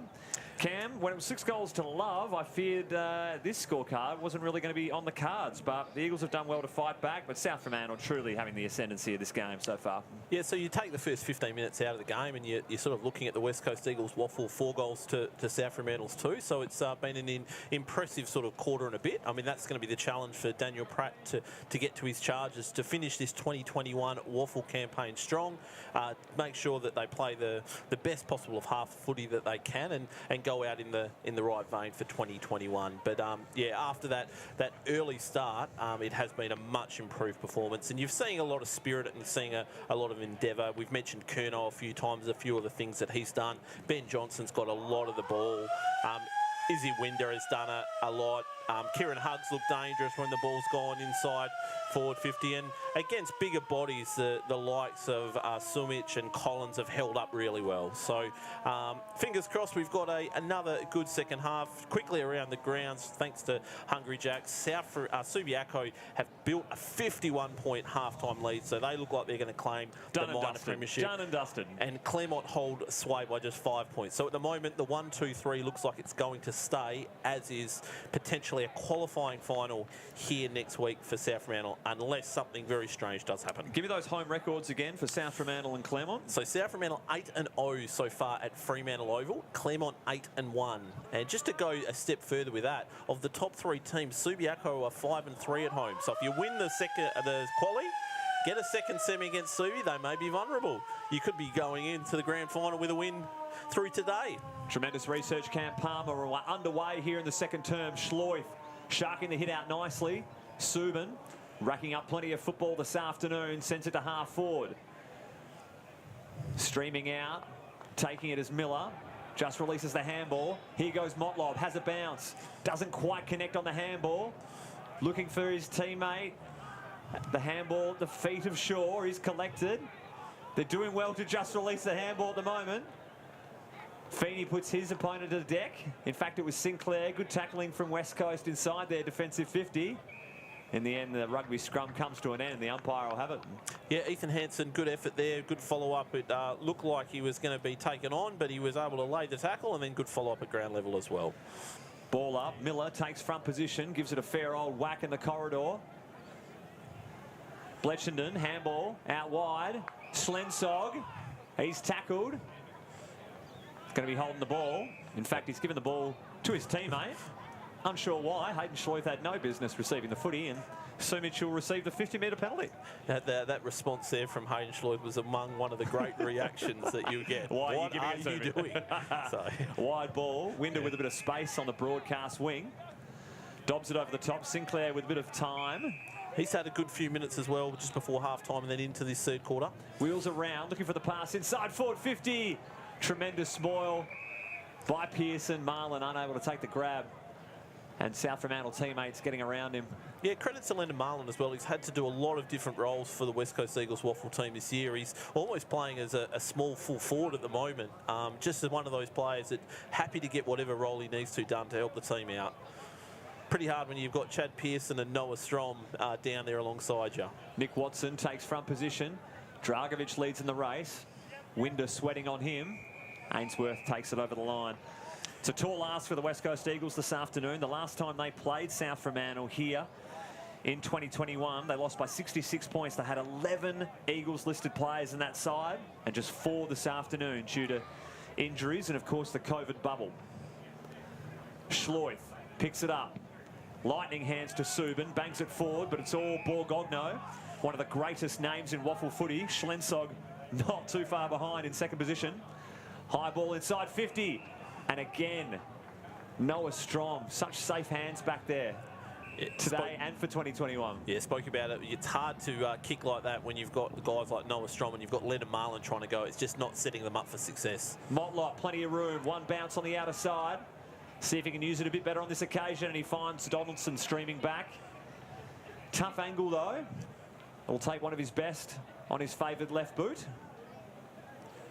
It's a really interesting mix, this South Fremantle forward line at the moment. You've got Jimmy Miller up there, who's a big. You've got Mason Shaw, Schlenslog, and then their three smalls are amongst the smallest you can find. Motlop, Brandon Donaldson's running through there at the moment, and in yet. So it's a really intriguing mix in that forward 50 at the moment.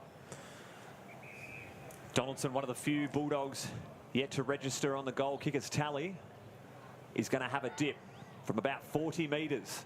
Gives it a ride to the teeth of goal. A few hands involved, even the post played a role. Yeah, Donaldson kicked four, had goals in his past 4 games. Interestingly, he finished 5th in Sandover medal votes for South Fremantle back in 2018. So very much an underrated player, I'd imagine. Ben Johnson has a couple of options on the broadcast side. Goes the longer route. Tough bouncing ball for Winder. Bletchenden gives to Florenka. Good smother there from the skipper, Brayshaw. Florenka again back on it. A couple of Eagles take him to ground. Umpire will have it. Yeah, a little bit unfortunate not to get the free kick there. Probably could have been paid for holding the ball, I'd imagine. Ball upcoming. Higgins, sole possession. Bangs it on the left boot. High to the 50. Ball trickles out the back. Curnow immediately claimed.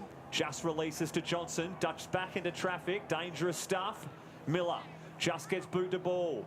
Schloith gives it up straight to Johnson. The umpire's going to call hanging on. And Hayden Schloith will have a dip from about 40 out, slight angle. And that ball wasn't returned anywhere near his opponent. You can hear some Bronx cheers saying, well, any danger, we get the 50? And his teammate in Subin's giving him a worse return. I feel like that's a bit of, you know, he's earned that after the serve he gave Schlenslog. The last 2 have not been what he wanted. A touch of irony there, you reckon, Steve? The 2017 Sandover medalist, will be looking to add his name to the goal kickers tally. 6th in disposals for season 2021. He's had an absolute perler. We're right behind it here. Again, it's drifting, but it's snuck inside. South Fremantle get the first of the 3rd term. So just for the West Coast Eagles fans that are listening in, we mentioned that Ben Johnson, he had led the way. He has now got 17 possessions and a goal, along with 5 marks. Braden Ainsworth has had 15 possessions. Probably a couple of kicks would have probably liked to have had back. Have a look at Rey Mysterio in the crowd there. What a serious mask from the big fella. It's a warm day out there, Cam. You've got to commit. If you're going to commit, you commit to it. Hasn't he just? So Izzy Winder has had the 9 disposals and 5 marks. One of the players who's been a little bit quiet, just following down the list, Xavier O'Neill, just for 4 disposals, 4 handballs, 6 tackles though. So he has been doing the hard work. There is a bit of Rey Mysterio action from the South Fremantle fan. Serious support. And you know he'll be back for round 1 of finals next week. Yeah, credit to that South Fremantle crew that do get down there behind the goals. Rain, hail, shine, they'll always be here. Let's hope he's not launching from the top rope later in this game. Loose ball, Hall knocks it inside. Brayshaw taps it to the advantage of O'Neill. Just gaining territory, West Coast so far. Brayshaw puts his head over it. Schloith with a tackle. He's in fact 10th in tackles also for season 2021. Where's he going to feature come Sandover medal voting, you think, Cam? Yeah, it should be I guess, a pretty even count, you'd imagine. First year of 3-2-1 votes with a full season. Last year's was a real surprise in Sam Taylor. Here we go. Watson appealing for the free kick. He's got it. A high ball on the youngster's head. And he's going to have a shot from basically point-blank range. The free kick going against Noah Strom. Yeah, so we've mentioned a couple of times Watson competing around the ruck contest. So he's had the 6 hit-outs, 3 handballs, a mark, a tackle, and he's had pretty good endeavour for a debut match and could be lining up for a goal in game number 1. For the quick response from West Coast. He's made the goal umpire work. Rye smile, he's just snuck it in. And there's his first at the top level. And you see the difference. When you kick a goal in your debut game, everyone knows that it's your debut, it's going to be your first goal. Because I reckon we've got 16 of the 18 guys that got across there. When Carey did it earlier, I reckon there was, 2 guys that went across there? You've got to get a goal early in your career. Otherwise, it just sort of falls into obscurity. But no, good effort from Watson. He's, you know, for the 50th player used, and we've mentioned this a couple of times, you compare it to South Fremantle, they've only used 32 players. So they've been able to get some consistent footy together. I know Adam Simpson at the AFL level has said all year that's been one of their biggest struggles, and it's flowed over down here. It's hard to be able to produce consistent footy when you're making 4 or 5 changes when you're using 50 different guys. Big time. I think it throws our team defence massively, Cam, when you're all playing a specific role. If it's not man-on-man footy and you're all playing to a system, so many changes. So Ainsworth out here on the wing they just showed. Liquor Barron's Carlisle on his back. A clearing kick from Hamish Brayshaw from the middle to half forward. Ball at ground level. Ninyat, 4 straight, spending a bit of time in defence. Aaron handball though. Watson collects. And good footy from West Coast. Nitschke takes the mark, 25 out. Chance for a couple in a row. So we mentioned when Hug kicked the first goal of the day for the West Coast Eagles waffle team, he took a 1-goal lead over Nitschke. This is a chance to pull it back 16-16 in this titanic struggle for the West Coast Eagles waffle leading goal kicker. Plenty of battles within the battle. We're going to get around the grounds from Hungry Jack shortly after this shot, Cameron. So we see Cooper Nitschke lining up. The 22-year-old, formerly out of Claremont Reserves. Strikes it, likes it. West Coast, a little bit of a roll here. Back-to-back goals. 3rd time today they've kicked back-to-back goals, is it? Well, 2nd time we've kicked back-to-back. We had 3 in a row across the first and the second quarter. If we have a look around the ground, Claremont have rebuilt a lead at Claremont Oval. It's 8 goals 9 to 6 goals 3, so they're back out by 18 points. Subiaco have extended their lead. They're out by 51 points over Peel.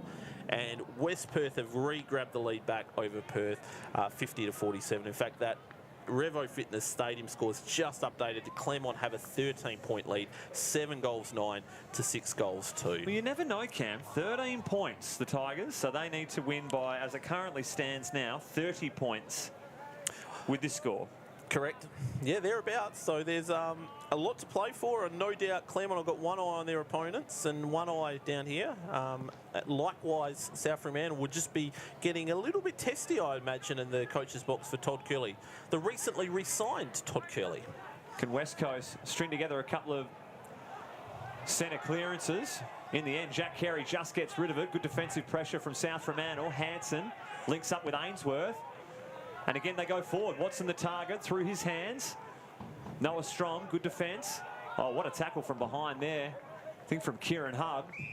West Coast turning up the intensity here in the 3rd term. And Steve, the natives getting a little bit restless. You can hear the South Fremantle fans. They know it's getting a little bit tighter than they'd imagine. When they kicked the first 6 goals of the game, no doubt they wouldn't have seen this coming. You see the replay there. Probably a little bit fortunate not to get the high contact there, Humble. Yeah, plenty of sweat under Ray Mysterio's mask at this point, you'd have to think. Sinclair wants to wheel and go. Sends a high ball, top of the square. Who's flying? Front position Watson through his hands. South Fremantle looking to rush it at all costs, and eventually they do. He's given a bit of a presence down there. We sort of said when you've got Lennon Marlin as your only forward, you don't have the presence you need. Watson has made a couple of really good contests on those last 2 entries. So I've liked his game. Yeah, South Fremantle have had plenty of uncontested grabs in their back half, and providing a contest, I'm sure, is one of his main instructions. Byron has it. Dragovic, loose at half back. Plenty of numbers in front of him, so he goes laterally. Good kick to Maskos. Come past again, Dragovic receives the hands. Good chiseling ball, finds Donaldson. Goes in the middle. Didn't quite see the West Coast Eagle. Rebillard calls the turnover. A chance for Hug streaming forward. And what a use of the ball there. Finds Cooper Nitschke. West Coast again on the counter. South Fremantle a bit too cute at half back. Nitschke looking to kick back-to-back goals, and that's what's hurt South Fremantle across today. There's just been 3 or 4 times when they've crossed the ball back in. West Coast Eagle defenders have been able to get the intercept, and generally, no matter what level of footy you play, if you can get an intercept in the middle of the ground, you're going to have open space to move inside forward 50, and Nitschke found the right space there to get the uncontested mark. Brilliant work there from Rebillard. Spoiled the play, collected it before it even hit the deck. Here's Cooper Nitschke's attempt on goal. It's to the near side. Yeah, still a slight breeze wafting across the ground, so he sort of set that one up. The last kick he had, he probably kicked through a little bit more, just set that one up a little bit, and the breeze sort of pulled it to that near side. So the margin is back as close as it's been in a long time, though, back to 24 points. Dare say early in the first quarter. I mean, South Fremantle had 4 goals in about the first 10 minutes. That's a 7-point lead in terms of the third quarter in favour of the West Coast Eagles. Byron moves past his opponent. Great smother, though, from Sinclair. A chance from Humble. Shovels it at ground level. Hug's going to collect off the left boot. Centering ball. It's all South Fremantle. McQuilkin pushes Ainsworth almost in the back, but not enough. They've got to be measured under pressure here. The kick from Newton has Motlop in his direction, so in the end, that's well worked out there from the Bulldogs. Again, good attacking play. We saw the smother, which sort of got the forward 50 entry. It's been a really enterprising start to the second half. This first 15 minutes, dare say it's gone the way of the Eagles waffle team. Throw in right half forward for the away team. Higgins, clear hit out. Ninyet working further up the ground. Swings round the left boot, just over the head of Curnow. Has to sit and wait. Miller at ground level. Shaw. Subin shrugs the tackle. First time in the end. Happy to be pushed over. Good recovery work there from Curnow. Yeah, a little bit lucky there, I reckon, Subin, because he'd taken on the one tackle. Could have easily have been called for holding the ball. I think it was Deegan that made that second tackle. A little bit lucky on that occasion, Subin. He still does lead the way with 19 possessions and 9 marks on the contest. Throw in, Borgogno now up against Higgins, hanging on to, clear as day, going the way of Brock. Of course, playing in his league return after a couple of Rezzies games, getting back right from injury. The kick's not the best, when all of 6 metres, free kick being paid. There's no advantage as Izzy Winder had it all to himself. So that's Nick Subin being driven to the deck. You mentioned Higgins there. He's up to 20 hit-outs. He leads the day on that and 6 disposals. So hasn't had the influence he would normally have had, but part of today, I think, is just getting him match fit for next week as well. All right. Another turnover. Another turnover. South Fremantle went when they shouldn't have.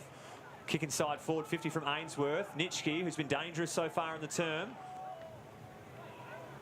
He's tackled effectively, and South Fremantle able to just hold things up for another stoppage inside their defensive 50. Now, also, just want to highlight, just to sort of keep a little bit of the dream alive here. Good work there from Deegan. We just see on the replay there, mate. South Fremantle's worst quarter is the last quarter. They've only won 6 of 17 last quarters so far this year. So if the Eagles waffle can just keep a little bit of pressure on, kick maybe a couple of late goals here in the second half of the third quarter, we could be on for this upset, Steve. The Eagles playing a loose man behind the footy. Plenty of numbers round this ball. Ainsworth. He's going to almost have a ping from about 40 out. Too much hook on the kick, though. And the ball, has it gone out on the full? No, out of bounds, so probably a good result. They get a chance to have around the contest. And as much as Higgins and Miller have got a lot more of the hit-outs, the efforts at ground level by those West Coast Eagles midfielders has meant they've been able to more than halve it around the ground. Throw in, forward pocket for the West Coast Eagles. Higgins reaches over the top, Humble a chance, snaps from the corner, vacant goal square, but just didn't have the bounce. Went across the face of goal. Again, it's just continues the trend of the last sort of 7 or 8 minutes. The lead has been dwindled down to 23 points. Again, we've got to go back into the first quarter for when the lead was this narrow. Pearson thumps one long down the middle. Borgogno, though, stands in the way, takes the intercept. Yeah, 10 minutes into the game, they had 4 goals on the board, so the Eagles waffle have not been this close since 10 minutes into the game. High ball, Byron attempted spoil. Has it gone over the back? Anyone touched it? The goal umpire said someone did. Dearie me, that could have been an absolute disaster for South Fremantle. I do feel like we need the Drinkwise score review going here, because was that touched? Love to have a look at the replay, because it just seemed to have a little bit of carry, and then once it got over, it just rolled on with it. He didn't want any conversation with the field umpire, so he was confident. Pearson receives back in the defensive goal square, almost round. He eventually goes. Spears the ball, but Kieran Hugg steps in front. He wants a short pass. He's got Deegan inside. And again, not even thinking about the leading goal kicker award for 2021. gives to the former North Beach amateur product. So Deegan happy with that kick, and Nitschke also very happy with that kick, I'd imagine, as well. Joey Deegan, a very good player, Jamison medal winner, like you said, from the North Beach Footy Club last year. Has been a real heart and soul player this year for the West Coast Eagles. Waffle, big kick in the context of the game. Is it ever? Joey Deegan, set sail. It's drifting right. Oh, it's just touched the post on the way through. The Eagles now peppering goals. Can't convert. Just need one now. That's 5 straight behinds for the West Coast Eagles. Waffle. So we had 2 rush behinds, the behind to Nitschke, Humble, and now Deegan. So 5 straight behinds from 6 goals 2, now 6 goals 7. Tremendous fight back here for West Coast. South Fremantle just can't get the ball out of their defensive 50. O'Neill, he's able to collect, but that blind kick inside. Noah Strom, like he's been doing most of the afternoon, takes an easy intercept mark. Yeah, Strom now up to 9 marks for the day. Ball goes over the head of Schlensog. Motlop taking a ground. Good tackle there from Jack Carey. West Coast again persistent with this pressure. Yeah, so Noah Strom up to 16 disposals, 9 marks. Very rare to see Noah Strom have that many disposals this early in the game. Highlights how well the West Coast Eagles Waffle have been able to get the ball going after that early stages of the game. Throw in left half forward for the Eagles. Higgins looking for Gun Schloith. He's being warned by Deegan. He's not going anywhere. Again, good pressure around the contest. Ball up just outside of West Coast forward 50. Winder, not a lot of room to operate there. And now gets a handball to Deegan. It's pinched though. Have a look at Subin to stream away. Florenka to Kelly. South Fremantle now looking a little more damaging. Miller, the short pass, looking for Shaw. Collects handballs. The dinky kick inside forward 50. Florenka runs onto it. Sumich bearing down. Kelly a chance on the left boot. Can't get boot to ball.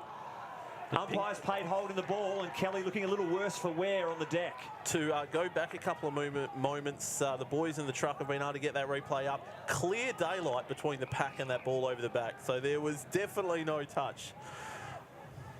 I'll bet you a box of shapes there was no touch on that one, Steve. Oh, I know how you feel about your shapes, Cam. That's confidence. Humble has it right half back. Long ball down the wing. Oh, towering mark again from Noah Strom. I'll get you his mark tally from you shortly, Cam. So that puts surely up to double digits. That will actually put him up to 11, which is a career high. On the far wing. Sends it to the flank, and that's a brilliant ball. Miller just lurking, unattended. Too far out to score. Thought about a pocket pass, instead goes long. In front, Collins, ball over the back, dangerous, but about 4 Eagles converge. Schloith just gets a hand on Johnson. Feeney, dangerous handball back inside. Oh, going to ground at the wrong moment. The West Coast Eagle defender, and what a brilliant snap round the body. Top goal there from South Fremantle. Yeah, so it was Sinclair that just went to ground just at the ill-opportune time. I think it was Donaldson that was able to grab it. We said he's kicked goals in 4 straight. That will make it goals in 5 straight. You just see Zach Strom, real good attack. One. That's the tough one that goes to ground, and Donaldson pounces on that left boot. Yeah, you could see straight away the defence knew they'd just given one up against the run of play, and that was a much-needed goal for South Fremantle. And you can hear those fans, Ray Mysterio and crew behind the goals. They're trying to get their team back into this game because it has been all the Eagles over the past 7 or 8 minutes.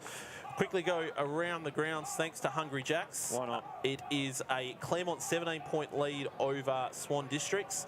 Peel making a little bit of a run at Subiaco. The margin's been brought back to 33 points there. And Perth, the same co-tenant as the West Coast Eagles at Mineral Resources Park. They are now 12 points behind West Perth. It's West Perth 59, Perth 47. 4th recall today, 3rd recall today. I'm going to say 4th, lock in 4th, but who's counting? Played 20 minutes here in the 3rd term. West Coast with a slight edge in the 3rd quarter, but it's South Fremantle in control of this contest. Winder, Florenka off the deck. Motlop collects. Handball inside. Donaldson looking for 2 inside a minute. He's put it through. Quality finish there from Donaldson. South Fremantle with a couple of steadying goals late in the quarter. Yeah, Donaldson's just gone across to Motlop. He's given him the point, and that was set up by Jesse Motlop. You can just see Ben Johnson, like earlier in the game, that's one of those things of a mercurial player like Motlop is, do you go to him? What's he going to do around it? He just can make things happen. I think that was a really good example of it there. Just that little bit of space he was given allowed him to get the ball out in the front of Donaldson, and Donaldson doesn't need to be given 2 looks inside forward 50. A few of the stat winners. Subin now is up to 21. Continues to be the game high. Johnson for 20 for the West Coast Eagles. Waffle. Ainsworth 19. Pearson up to 19. And that probably indicates the way that's been going. The game's gone because for Pearson up to 19 and Strom up to 18 as well. Mascot's 14. A lot of those South Fremantle defenders are getting a lot of the ball because the ball's been in that half for a lot of this quarter. There's a brilliant soccer off the deck from Florenko, just getting that ball forward, and in the end, Motlop, Donaldson do the rest. Brayshaw puts on a good tackle from Dragovic, has to release. Bletchenden sweating on his opponent in O'Neill. Good attack on the footy from both players on that occasion. Yeah, Bletchenden's one. He's had 17% today. He's actually second on disposals for South Fremantle this year. Young player, was in the Waffle 2018 Team of the Year. It might be a little bit of a smoky, I reckon, for a mature age draft pick. He's really come into his own as he's been given more midfield time this year. Subin collects it cleanly. McQuilkin to Dent. Roaming around the back of the contest. Motlop getting busier as the game goes on. Sees something at half forward. Good lead from Schlensog. Takes it out in front of Carey. Wants to go into the pocket. Good ball. Sumich taking on Miller. Good quality tackle, and Miller cleverly just strolls over the boundary line. I believe they would have been our Colts teammates if we went back to about the 2016-2017 season.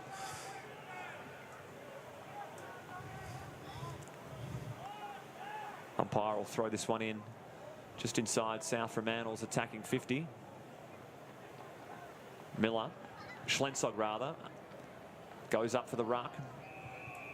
If you do go back to that 2016 South Fremantle Colts season, Jimmy Miller, a big part of it, alongside Shea Bolton, a bit of a 1-2 punch up forward for back in the day. You're a walking almanac, Cam. I like it. Ainsworth, another possession off of half back. Bouncing ball. Higgins at ground level. The big fella does well. Takes it cleanly. Ninyat spills the handball receive, however. Donaldson trying to go back to Cody Ninyat. Somehow the ball remaining in play. Sinclair didn't mind it. It's going to get him a touch. He barrels one from half back. But again, guess who? Noah Strom, another mark. Centering ball to McQuilkin. The umpire's going to pay 50, is he? Yeah, 50 paid, I think, again, with the old stand, stop, stay, go, move forward 50 metres. Very well.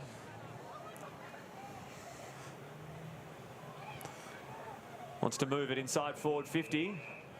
And Nick Subin with a bit of time and space. You reckon he's going to wheel around on the left foot here? Is that probably an even money bet, this one? It's 1-3. You've got to try something different on this occasion, I think, Cam. Maybe stand and deliver. Oh, I don't think he's going to have a shot with his right foot, though. That would surprise me. Originally from Bacchus Marsh from Victoria, 156 games of experience at the top level.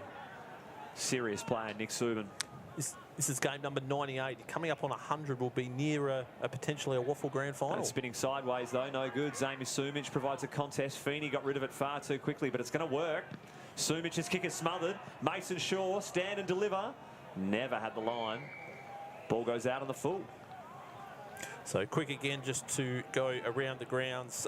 Claremont, another goal, so 23 points the margin out there. So it was getting tight for a little while there. So if you have a look at the difference, South Fremantle are holding sway in second, but it's probably down to as close as it's been, maybe 1.5% between the two at the moment. Hansen in front, didn't quite have enough, almost though.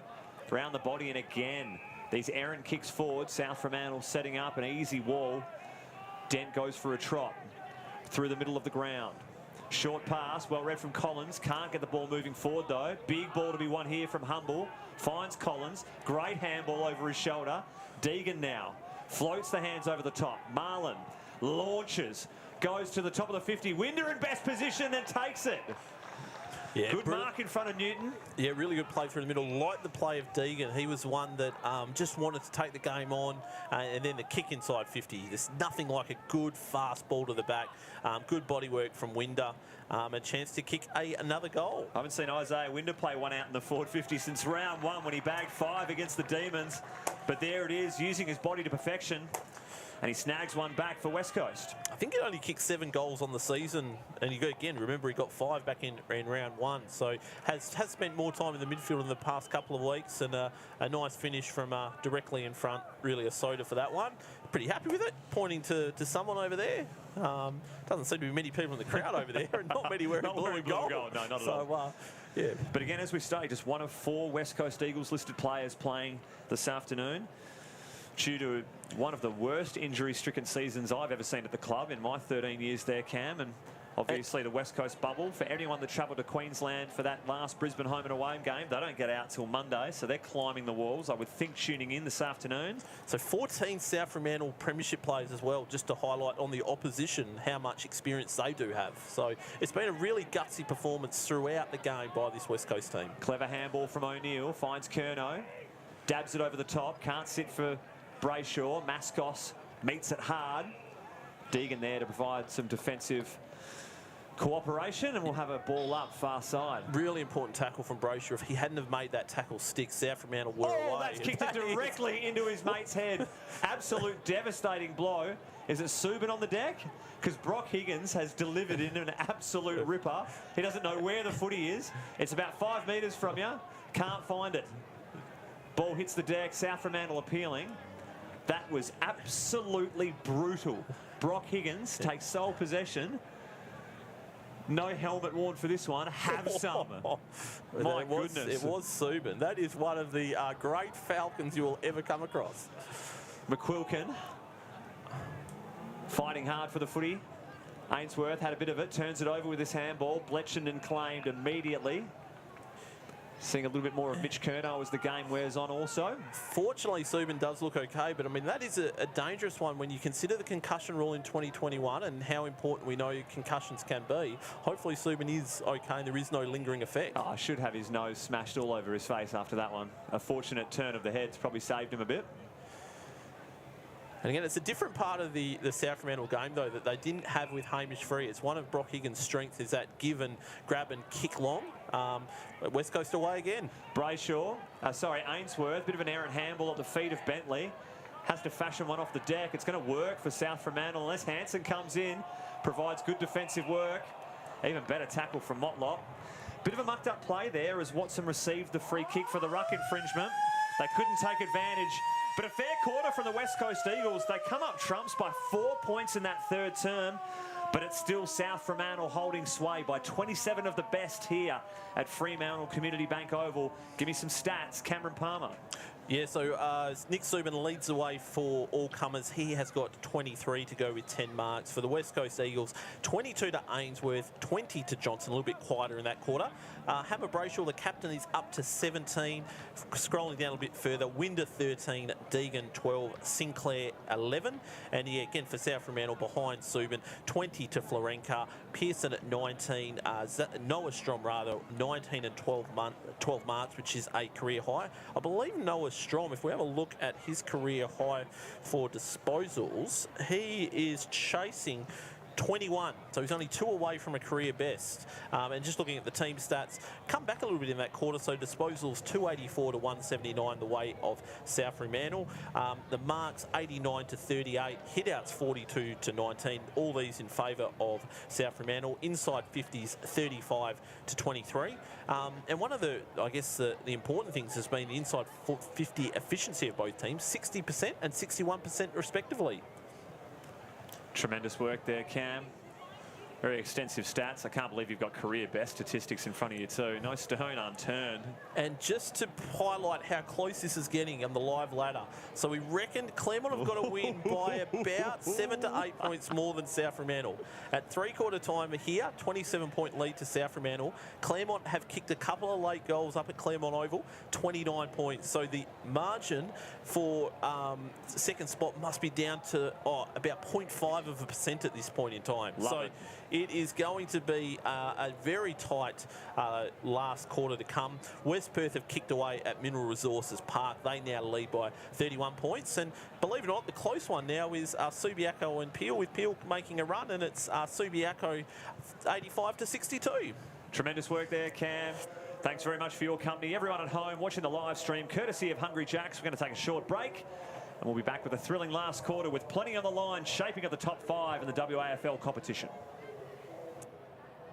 Single Aussie, your double Whopper cheese, and my triple Whiskey River. Whopper your way. Choose single, double or triple and try the new Whiskey River Whopper with smoky barbecue sauce and angry onions. Whopper your way, your taste, your size. The burgers are better at Hungry Jack's. Family time's more fun when you keep it simple. Take a break with Hungry Jack's new feast bundle. Get 2 tender crisp chicken burgers, 2 Whoppers, 2 cheeseburgers, 18 nuggets, 4 small chips and 4 drinks for $34.95. Only at Hungry Jack's.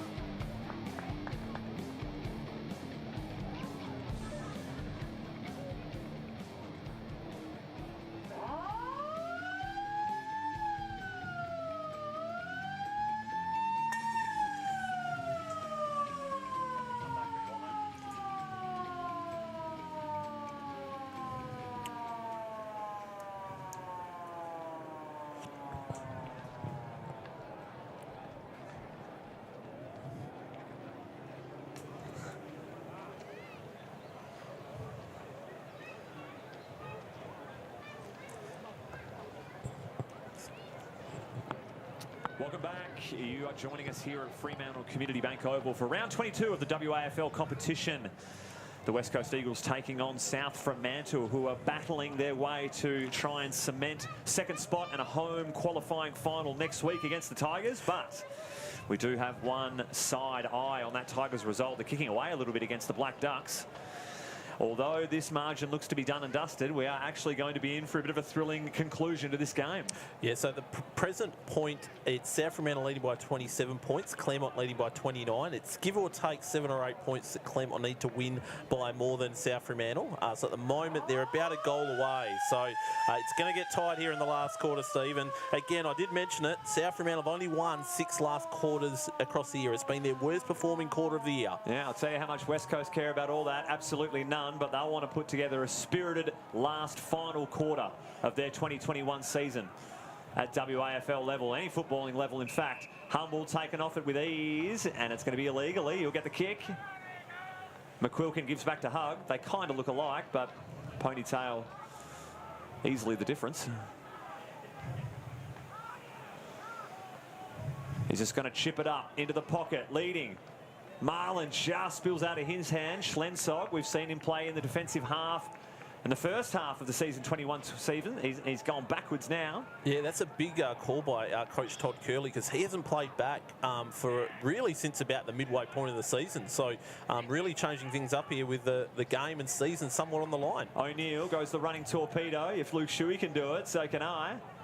Schlensog traps it in. Marlin brings him to the deck and a forward 50 stoppage in favour of West Coast. And in quarantine, Luke Shuey is saying, no, only I can do that. Ball up. Higgins looking for one of his rovers. Ball at ground level. Brayshaw off the deck. South Fremantle with numbers. Oh, great fake there from Noah Strom. Goes one way, chips the other. Schloith. Bullet pass. Shaw leading out. Takes it on his chest.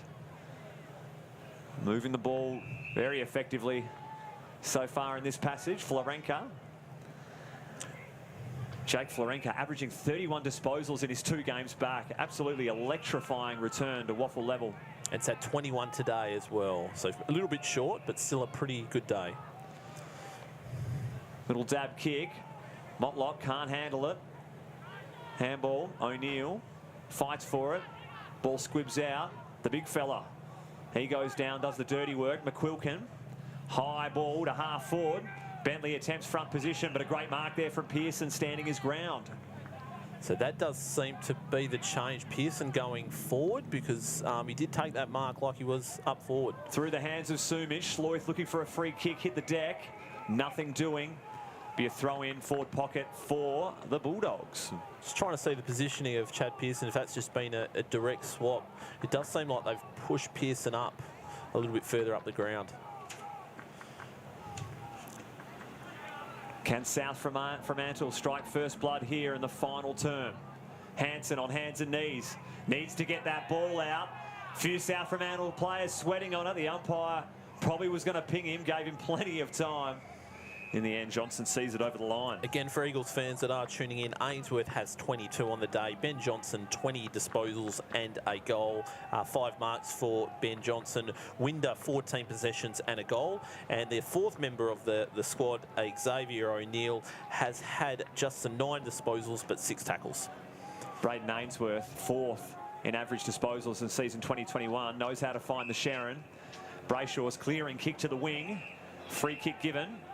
It's going the way of Marlin. He was trying to run away from the contest. I don't think I've run away from too many free kicks in my day, Cameron.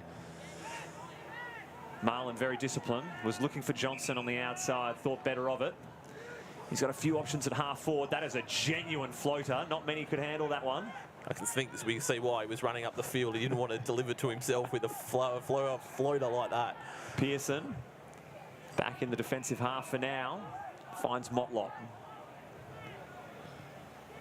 Goes down the line. South Fremantle with some numbers. Florenka, one man you don't want to give space. Motlop only the 9 disposals, but he's just had a presence. It's been a very handy 9 disposals, I'd say. Just chipping it round. Dent has it in the middle. No one standing the mark. He goes. Schloith wants to wheel and go. Wants to catch West Coast defence on the hop here. Long ball. Zach Strom has some time and space. Handball back inside. Schlensog's kick. Dragovic, quick handball out. Motlop has some time, round the corner, and he's put it through. Quality finish there from Jesse Motlop. Yeah, so he kicked 3 goals in his first 3 games. His first goal today, so 4 goals on the season. Quickly around the ground, thanks to Hungry Jacks. Still scoreless in the final quarter at Claremont Oval. So a 29-point lead for Claremont. So South Fremantle with that goal, 1 step closer to second spot. And the South Fremantle fans you see down, they've moved from the other one end of the ground to the other, as they do quarter by quarter. They don't want some shade down there, you sure? Well, beautiful sunny day. I would have been trying. I think you're trying to grab the sun. Not with that mask on, I wouldn't have think. Give me some air. We haven't seen if there's a young Dom Mysterio down sitting alongside, running shotgun perhaps. Surely in the bouncy castle, even further in the pocket, I would have thought, Cam. But that's the start South Fremantle want. West Coast certainly had a bit of momentum in that Third quarter. They got the game played on their terms, that sort of short pass, kick game. That's really the way South Fremantle want to play. Clearly, Todd Curley at three-quarter time, just getting them back to play their footy. Back in the middle, Borgogno brings a couple to ground. Good smother. Higgins, tremendous follow-up. Kelly and Hansen do battle. Hansen hits the deck. Ball winds up in his lap. Umpire will have it 60 metres out. South Fremantle goal. Hansen's played 14 games for the West Coast Eagles this year, been one of the mainstays of this as one of the top-up players. Dragovic done well to hoik that round his body. Front position, Ninyat bounces off his chest. Quality handball, Carey, Kernover under pressure. Oh, doesn't he put his teammate in Collins under a fair bit of strife? Didn't have any time to get rid of it, though. Zach Strom wrapped him up in a hurry. Yeah, did that really well, Collins, because if he had left the arms free and the ball had just dropped out, you imagine Zach Strom's getting a shot, 10 metres out from goal. So well played there by Collins. Some real good defensive play. Deegan finds Ainsworth to Kerno. Handball at the feet of Marlin. Deegan again, quality follow-up. Hacks it forward. It's all Higgins, but it's gone over his head as the spare in defence. Nitschke gives to Hug.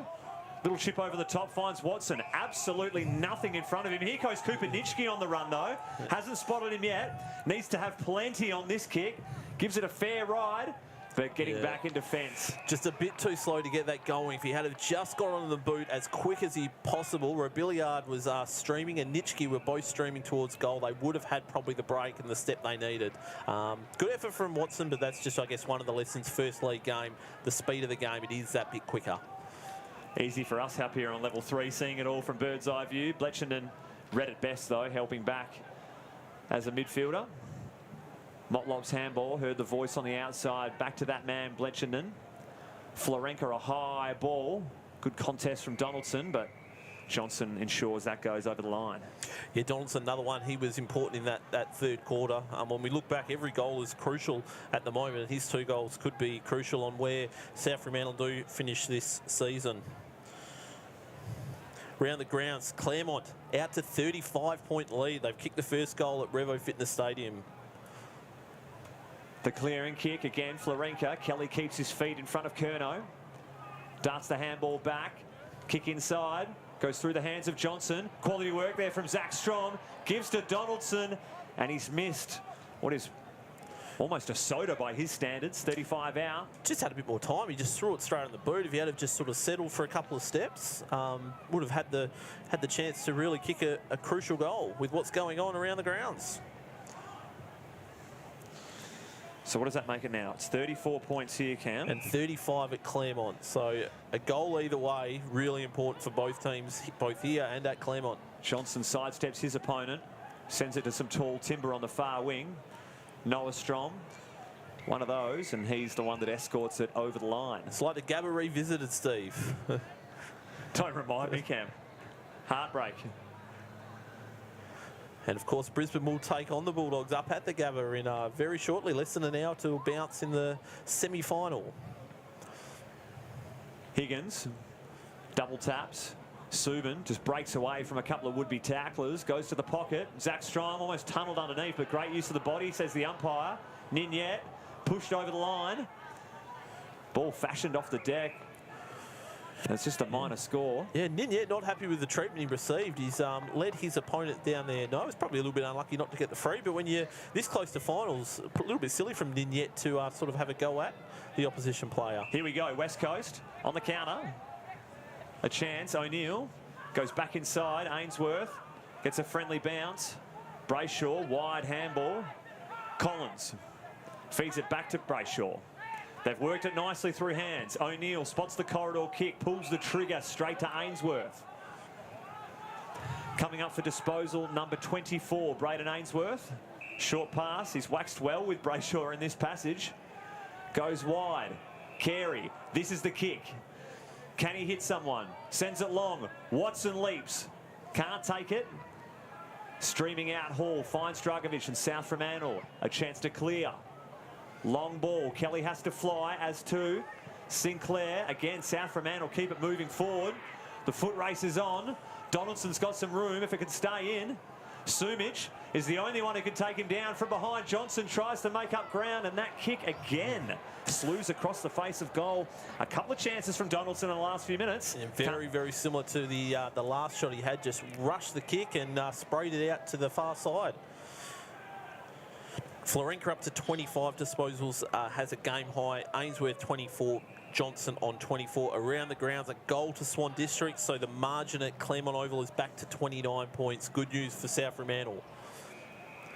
It was good to end-to-end footy from both sides there. In the end, Carey has it left half back for the Eagles. Umpire says, get on with it. Goes down the line, brilliant kick. Rebillard opted to take it on his chest, and to his peril, Schlenstock gets the fist out of play. So you do feel there's a bit of an energy about this game at the moment, and you can feel it in the crowd. There's definitely a bit of nervous energy going on right now. I think everyone's phone batteries will be on less than 10% with the constant refreshing and updating. That's what's going on at Tigerland. Higgins does it all himself. Kelly just releases the handball. Zach Strom, bit of 1-2 with Byron in the end. Tremendous tackle from the skipper. Puts an end to that passage. Holding the ball. What a kick there from Hamish Brayshaw. Well weighted, finds Hansen. His kick, almost searching for Hall exclusively. It's going to be a free kick, though, going his way. And the 2v1 option, not the best there for the Eagles. Yeah, so Brayshaw up to 8 tackles for the day, and West Coast actually do lead the tackle count 42-37. If you have a look at some of the individual tackle stats, it's all West Coast. So Brayshaw with 8, Deegan with 6, O'Neill with 6, Sinclair with 6. So we said since the opening 15 minutes of the game, it's really been a concerted effort to put a lot of pressure on this South Fremantle midfield. A great effort indicator, the old tackle count. Deegan and Pearson go battle. Good effort from both players. Sinclair looking for a way through. Umpire pings him holding the ball. Good tackle there from Dragovic. I'm going to guess the boys aren't going to throw the pressure indicator up in the next minute or so. I wouldn't have thought so. That's a brilliant pass with Shaw leading out. Takes it just inside 50. We know he's got a leg. Put one through about this distance in the opening term. And the captain might just say, boys, been a bit errant toward goal in the last few minutes. Leave it with me. So still chasing. So he's got 48 goals on the season. Sure, he still needs another 2 to claim 50 goals for the 3rd time. This is his second that he'll be lining up for. Mason Shaw. To give his team a bit of breathing room in this chase for second spot. Has a fair crack. Distance not a problem, but just hooked it slightly. And again, both teams early on could hardly miss, and now inaccuracy plaguing both teams. It plagued West Coast in the 3rd quarter, and it's plaguing South Fremantle right now, 4th straight behind. West Coast yet to hit the scoreboard in this final term. Kick to the wing. Oh, good mark taken there on that occasion. Newton. By Trent Newton. He's had a pretty good game. Goes inside. That kick's an absolute Barry Crocker, though. Hansen obliges. Little give to Humble. No need to hurry this one. There's not a ton of options at half forward. The kick does something of hug. The half volley. Handled it well in the end. Sinclair, little give. Brayshaw to Winder. Steps inside. He's so classy with his footwork as Isaiah Winder. Geez, Deegan shrugged a tackler like he was nothing. Kicks to the forward pocket. Borgogno the target. Almost on the second occasion. Give to Ainsworth. Rebillard. They're sharing it well here, the Eagles. Humble. Wide handball. Mitch Curnow, the most unlikely of goal kickers, has a dip. Has too much bend on it, though. Can you give me a Mitch Curnow league goal count in waffle footy when you get a chance? At 0. So that would have been the first goal for Mitch Curnow. And he froze up a little bit on the moment, you reckon. So 31 points the margin at Claremont, 36 points the margin here. It is very tight for second spot. Love the way Izzy Winder did the little sidestep, and then Joey Deegan tried one of his own. Anything you can do, I can do better. The shrug of the tackle was something pretty gorgeous in the end. Kelly has it at half back. Goes for a little run. Short pass, finds Shaw. South Fremantle. You can see another methodical build-up here. Short passes, picking apart this Eagles defence for the time being. Byron, a long ball, inside 50. Oh, a little dangle from behind. Ninyet had a crack in the end. Just gets hands to it, sends it over the line for a boundary throw-in. So continue to keep the pressure up. It's been a real good fight back from the West Coast Eagles. After conceding the first 6 goals of the game, they've pretty much played the last 3 quarters to a 0-0 draw. So been a good effort and a good fight back after a sort of tough opening 15. Good hit out there from Higgins looking for Schleuf, but West Coast wise to that play.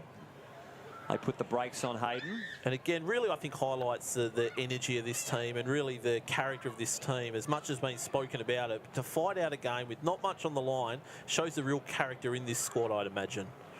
Certainly going against the write-up from one John Townsend in the paper a couple of days back, Cameron, wanting to see an end to this independent waffle team from the West Coast Eagles.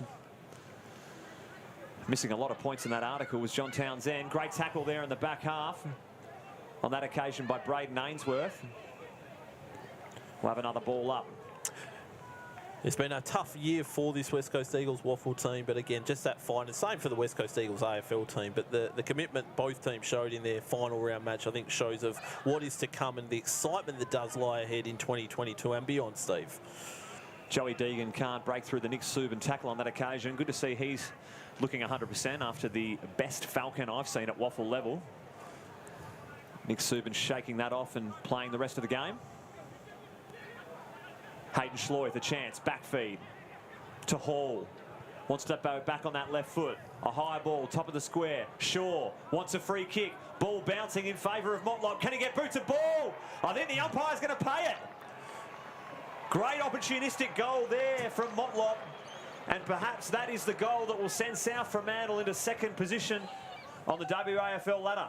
Mason Shaw arguing the point about the hole. Be interested to see what happened over the back, because the West Coast Eagles waffle defenders were pretty adamant that something had happened there. Hall there kicking the ball in. I've liked the game of Hall. He's added something different to that back group. And if it comes over... Ooh, so probably just under. Probably a good call by the umpire there. I'd imagine it's just come under the knee, which is the point of a kick. Yeah. I thought they were perhaps appealing to the ball going over the line. That was one of the roughest bounces you'll get from a West Coast perspective. Just doing the old Tim May off break, straight back into the teeth of goal. As an off-spin bowler, I'd love to have gotten one to turn that far, I can tell you. No, I've faced your bowling. It's past. Quickly around the grounds, thanks to Hungry Jacks. 31-point lead. It's a bit of a stalemate out at Claremont Oval. Claremont now probably need 3 goals in the final 10 minutes down there to squeeze into second spot, or have West Coast kick 3 goals here. Back in the middle, Borgogno up against Higgins once more. Florenka pushed his opponent off him. Ainsworth, good tackle. Here we go. O'Neill streaming out of the middle. Brilliant wrap up there from Dragovic. Crowd wants ball and they'll get it. Yeah, really good. It was a real good breakaway. Just needed that one extra step from O'Neill just to get the boot onto the ball. But yeah, a little bit come to pass there. Hall's got Dent running on the outside. That is a serious loft wedge up to half forward. Shaw from behind made a good fist of it. And just to throw another spanner into this, meanwhile down at Leaderville, the margin is down to 15 points. So Peel are putting on a bit of a run at Subiaco. If Peel do get up... Gee, we haven't even been watching that result. There's about 4% different. I'd suggest if South Fremantle do win this game, they could actually squeak into top spot. There we go. Keep us running updates courtesy of the Hungry Jacks live stream updates. Collins front position. Shaw had to do his work from behind. Ball at ground level. Kelly dispossessed. Curnow. Oh, danger there from Sumic. Just gets away with it. Does nicely. The hack kick forward's untidy. A chance. Florenka just gets a little dribble kick. South Fremantle in through Hall. Goes the check side from the impossible angle. Almost kicks it into a few fans' head, if not for the netting. Nowhere near the goals.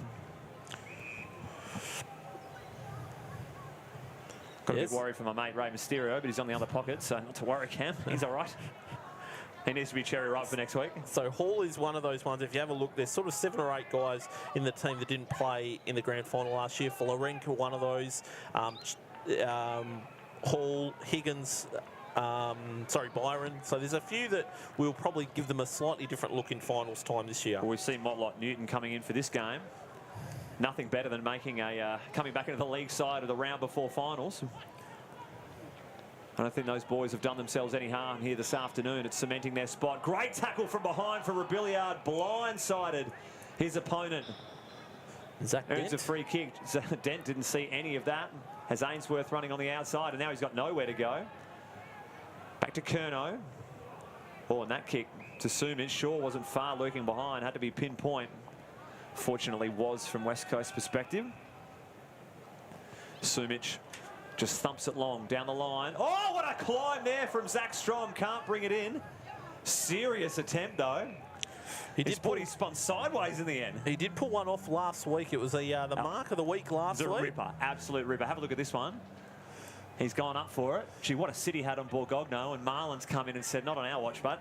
It was a good spoil there by Marlin. So 29 points the margin out at Claremont. So that game has sort of held into a bit of a stalemate. Fletchenden.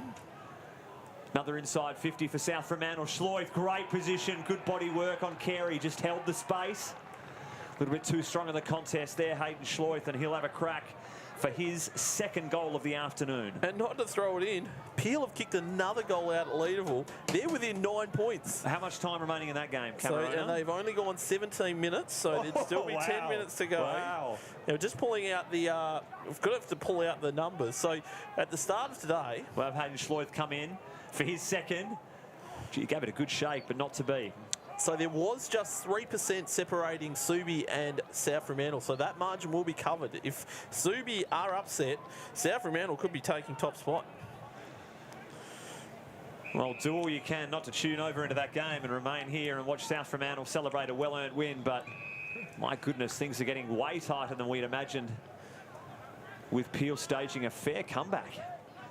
Long ball from Brayshaw, but it's all Brock Higgins, though. Takes it in the breadbasket. He's worked into the game really well, Higgins. The longer the game's gone, you can just see he's played himself back in. He goes to the flank. It's over everyone's head. Mason Shaw reads it best. 2 bites of the cherry, and he takes it. I think what would have to be most pleasing from a South Fremantle perspective is no injuries on the day. This is the absolute last thing you can possibly want with a game that's been, you can say, relatively comfortable in terms of the result. No one going down. You don't want to see that Jake Florenka incident happen again, leading into some important games at the business end of the season. We had a couple. Schleuf had that contest where it looked like he may have done something. So, look, I think they've ticked all the boxes. And I think they like the fact they've got a real challenge from this West Coast Eagles team today. Mason Shaw. He starts at left, just can't come back on that occasion. So 44 points now. This is, in fact, a game-high margin. It's sort of just blown out with the Eagles only be able to kick the 1 point so far in the last quarter. About 10 minutes of football remaining in this West Coast Eagles waffle season. Ainsworth streaming through the middle of the ground, wants to go wide. Young provides a good contest, but in the end, Higgins repels it, sends it to half forward.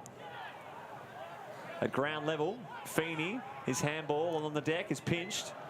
Tries the follow-up tackle. Good smother there from Brayshaw. Loose footy at centre-half forward. Subin takes it. Bangs it forward on the left. Tough bouncing ball for Motlop. Well collected from Sumic. Carey getting himself into a bit of strife. Just gets rid of the footy. In fact, the non-controlling umpires come in and said, holding the footy. And just another update. Sorry, the game not at Leederville. It's down at Davis Gray. Another goal by Peel. It is just 3 points. So as it stands, South Fremantle are a 1 Peel goal away from claiming the minor premiership. Unbelievable. So we had our eyes on. What were they up at some stage of the game? At half time, Subiaco led by 51 points. Jesse Motlop's going to come in from 35 out for his second goal of the afternoon, but he sprayed it. How many points have they kicked this quarter? A ton. So we're now looking at, they've kicked 2 goals 7. So again, a little bit wasteful. And there's probably parts of today that Coach Todd Curley's going to say, look, great we got the contest, but we just would have loved to have been a little bit more clinical. They've been a little bit sloppy at times. South Fremantle, not what you want going into finals. Great ball from Johnson, kicking out from full back. Bentley takes it. He goes long. Oh, what a mark there from Watson. Higgins certainly made him earn it. And just for those tuning in as well, Claremont have been pulled back to a 22-point lead, so they certainly are no danger to South Fremantle anymore. To all eyes and Davis Gray. Rebillard, he's claimed. He's not going anywhere. Taken to ground by Newton. Ball up. Centre half forward for West Coast. Ainsworth and Johnson both with a game-high 29 at the moment. O'Neill going in the ruck against Higgins. Jeez, he's drawn some short straws there. He's going to get it back at the Rover level. And Subin piles him into the deck. Let's see if West Coast can sort out someone perhaps a little bigger than Xavier O'Neill to go for this ruck contest. Looking around at everyone. There ain't too many. Here we go. Watson puts his hand up and says, look, I'll spell you, great man. I think O'Neill was right there. Just stay on the ground until somebody else gets over there. Schlensog has Donaldson. Schleuf in support from half-back. Chisels the pass, and in the end, Sumic just thumps it out of play into the Subiaco bench almost. And the other game for those tuning in at Mineral Resources Park, it is West Perth with a big lead now. They lead 115 to 59. They will end the disappointing season of Perth as well. Yeah, Perth and West Coast. Teams absolutely decimated by injury in the 2021 season. Ball at half forward. Carey fashions it off the deck. Bentley was almost in front of the race until Carey bobbed up yet again. Errant handball though. Mascos collects cleanly. He bombs it long to the flank.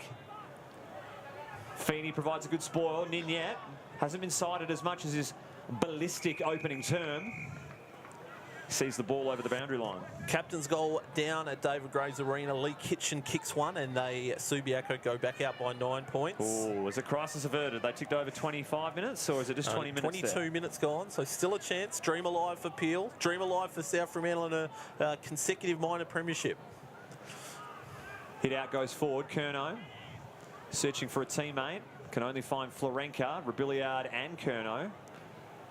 Takes him to the deck. And final score at Claremont Oval is Claremont 11 goals 11 defeating Swan Districts 8 goals 7. So West Perth will also host the elimination final next week against Swans. Throw in right half forward for the Bulldogs. Miller grubbers a kick forwards, taken by Bentley, gives to Curnow. He throws it on the boot, sends a high one. McQuilkin almost took it between his legs in the end. And he jumps on it. And there's the siren here at Fremantle Community Bank Oval. It's South Fremantle with a finals tune-up, heading into a qualifying final that appears to be against Claremont. Home ground advantage, locked in, and perhaps the way the Peel Thunder's going, who knows, possibly top spot. But in the end, they've done enough to combat a very undermanned but well-spirited West Coast Eagles lineup. They finished 7-8-50 in comparison to the Bulldogs 13-17-95. We'll have a look at some stat winners, courtesy of Hungry Jacks. Yeah, so Braden Ainsworth finished up with 30 possessions. Ben Johnson, 29. Hamish Brayshaw, 27. The captain of the Eagles, Waffle, was very, very good. He added 9 tackles along with those 27 possessions. Looking at the other couple of Eagles in the team today, Xavier O'Neill ended up with 12 disposals and 6 tackles. Izzy Winder, 16 and 6 marks. For South Fremantle, it was Jake Florenka who ended up with 28. Nick Subin, 25, one of the more influential players. Ninyet, as we said, kicked the 4 goals. And feel for Noah Strom. He looked for a long way like he was going to get a career high. He tied his career high with 21. So 2 touches in the final quarter? Schlensog went back there and stole a couple of those uncontested marks he'd otherwise been having. But look, after a really dynamic first 15 minutes from South Fremantle, great game for probably 2 and a bit quarters, and then the last quarter the class of South Fremantle did show, and they really did tune up for finals in the right spirit. They've run out 45-point winners, but it did feel at times like it was a little bit closer than that. Yeah, when they got it back to 24 points, it was quite an exciting game of footy. Again, the last time the Eagles played this South Fremantle Bulldogs team, they had 11 Eagles listed players and they lost by 66 points. So 45-point margin, and they've had 4 listed Eagles take the field. So a tremendous effort and a well-spirited fight from these Eagles boys. Again, Cam, you don't want to say it, but the 4 Eagles that are out there representing today, we've had no signatures pen to paper coming to the end of the 2021 season. Let's hope it's not the last time we've seen them in West Coast Eagles colours. But that, of course, Xavier O'Neill, Ben Johnson, Collins and Ainsworth. So we'll have to keep a close eye to the Eagles' social media channels and see what happens with all the contract talks, signings, heading into hopefully a tremendous 2022 just one season. last shout out to the top-up players. We said it's been a real character-driven effort across the entire year, but Hamish Brayshaw ended up playing every game as captain. Liam Robilliards ended up playing 17 of the 18 games. Joey Deegan and Lennon Marlin each played 16 games each. So it's been a good effort from those guys in really trying circumstances, and it shows the high character, I think, of those few individuals. It's been tremendous to have your company this afternoon. One last score from the Peel Town. 26 minutes gone. Subi still holding sway by 10 points. So it looks like South Fremantle are going to end up finishing second. And that's all here from Fremantle Community Bank Oval, courtesy of Hungry Jacks. Thank you for joining our live stream. Congratulations to South Fremantle Bulldogs. We'll leave you for some highlights from the match. It's good evening and good night.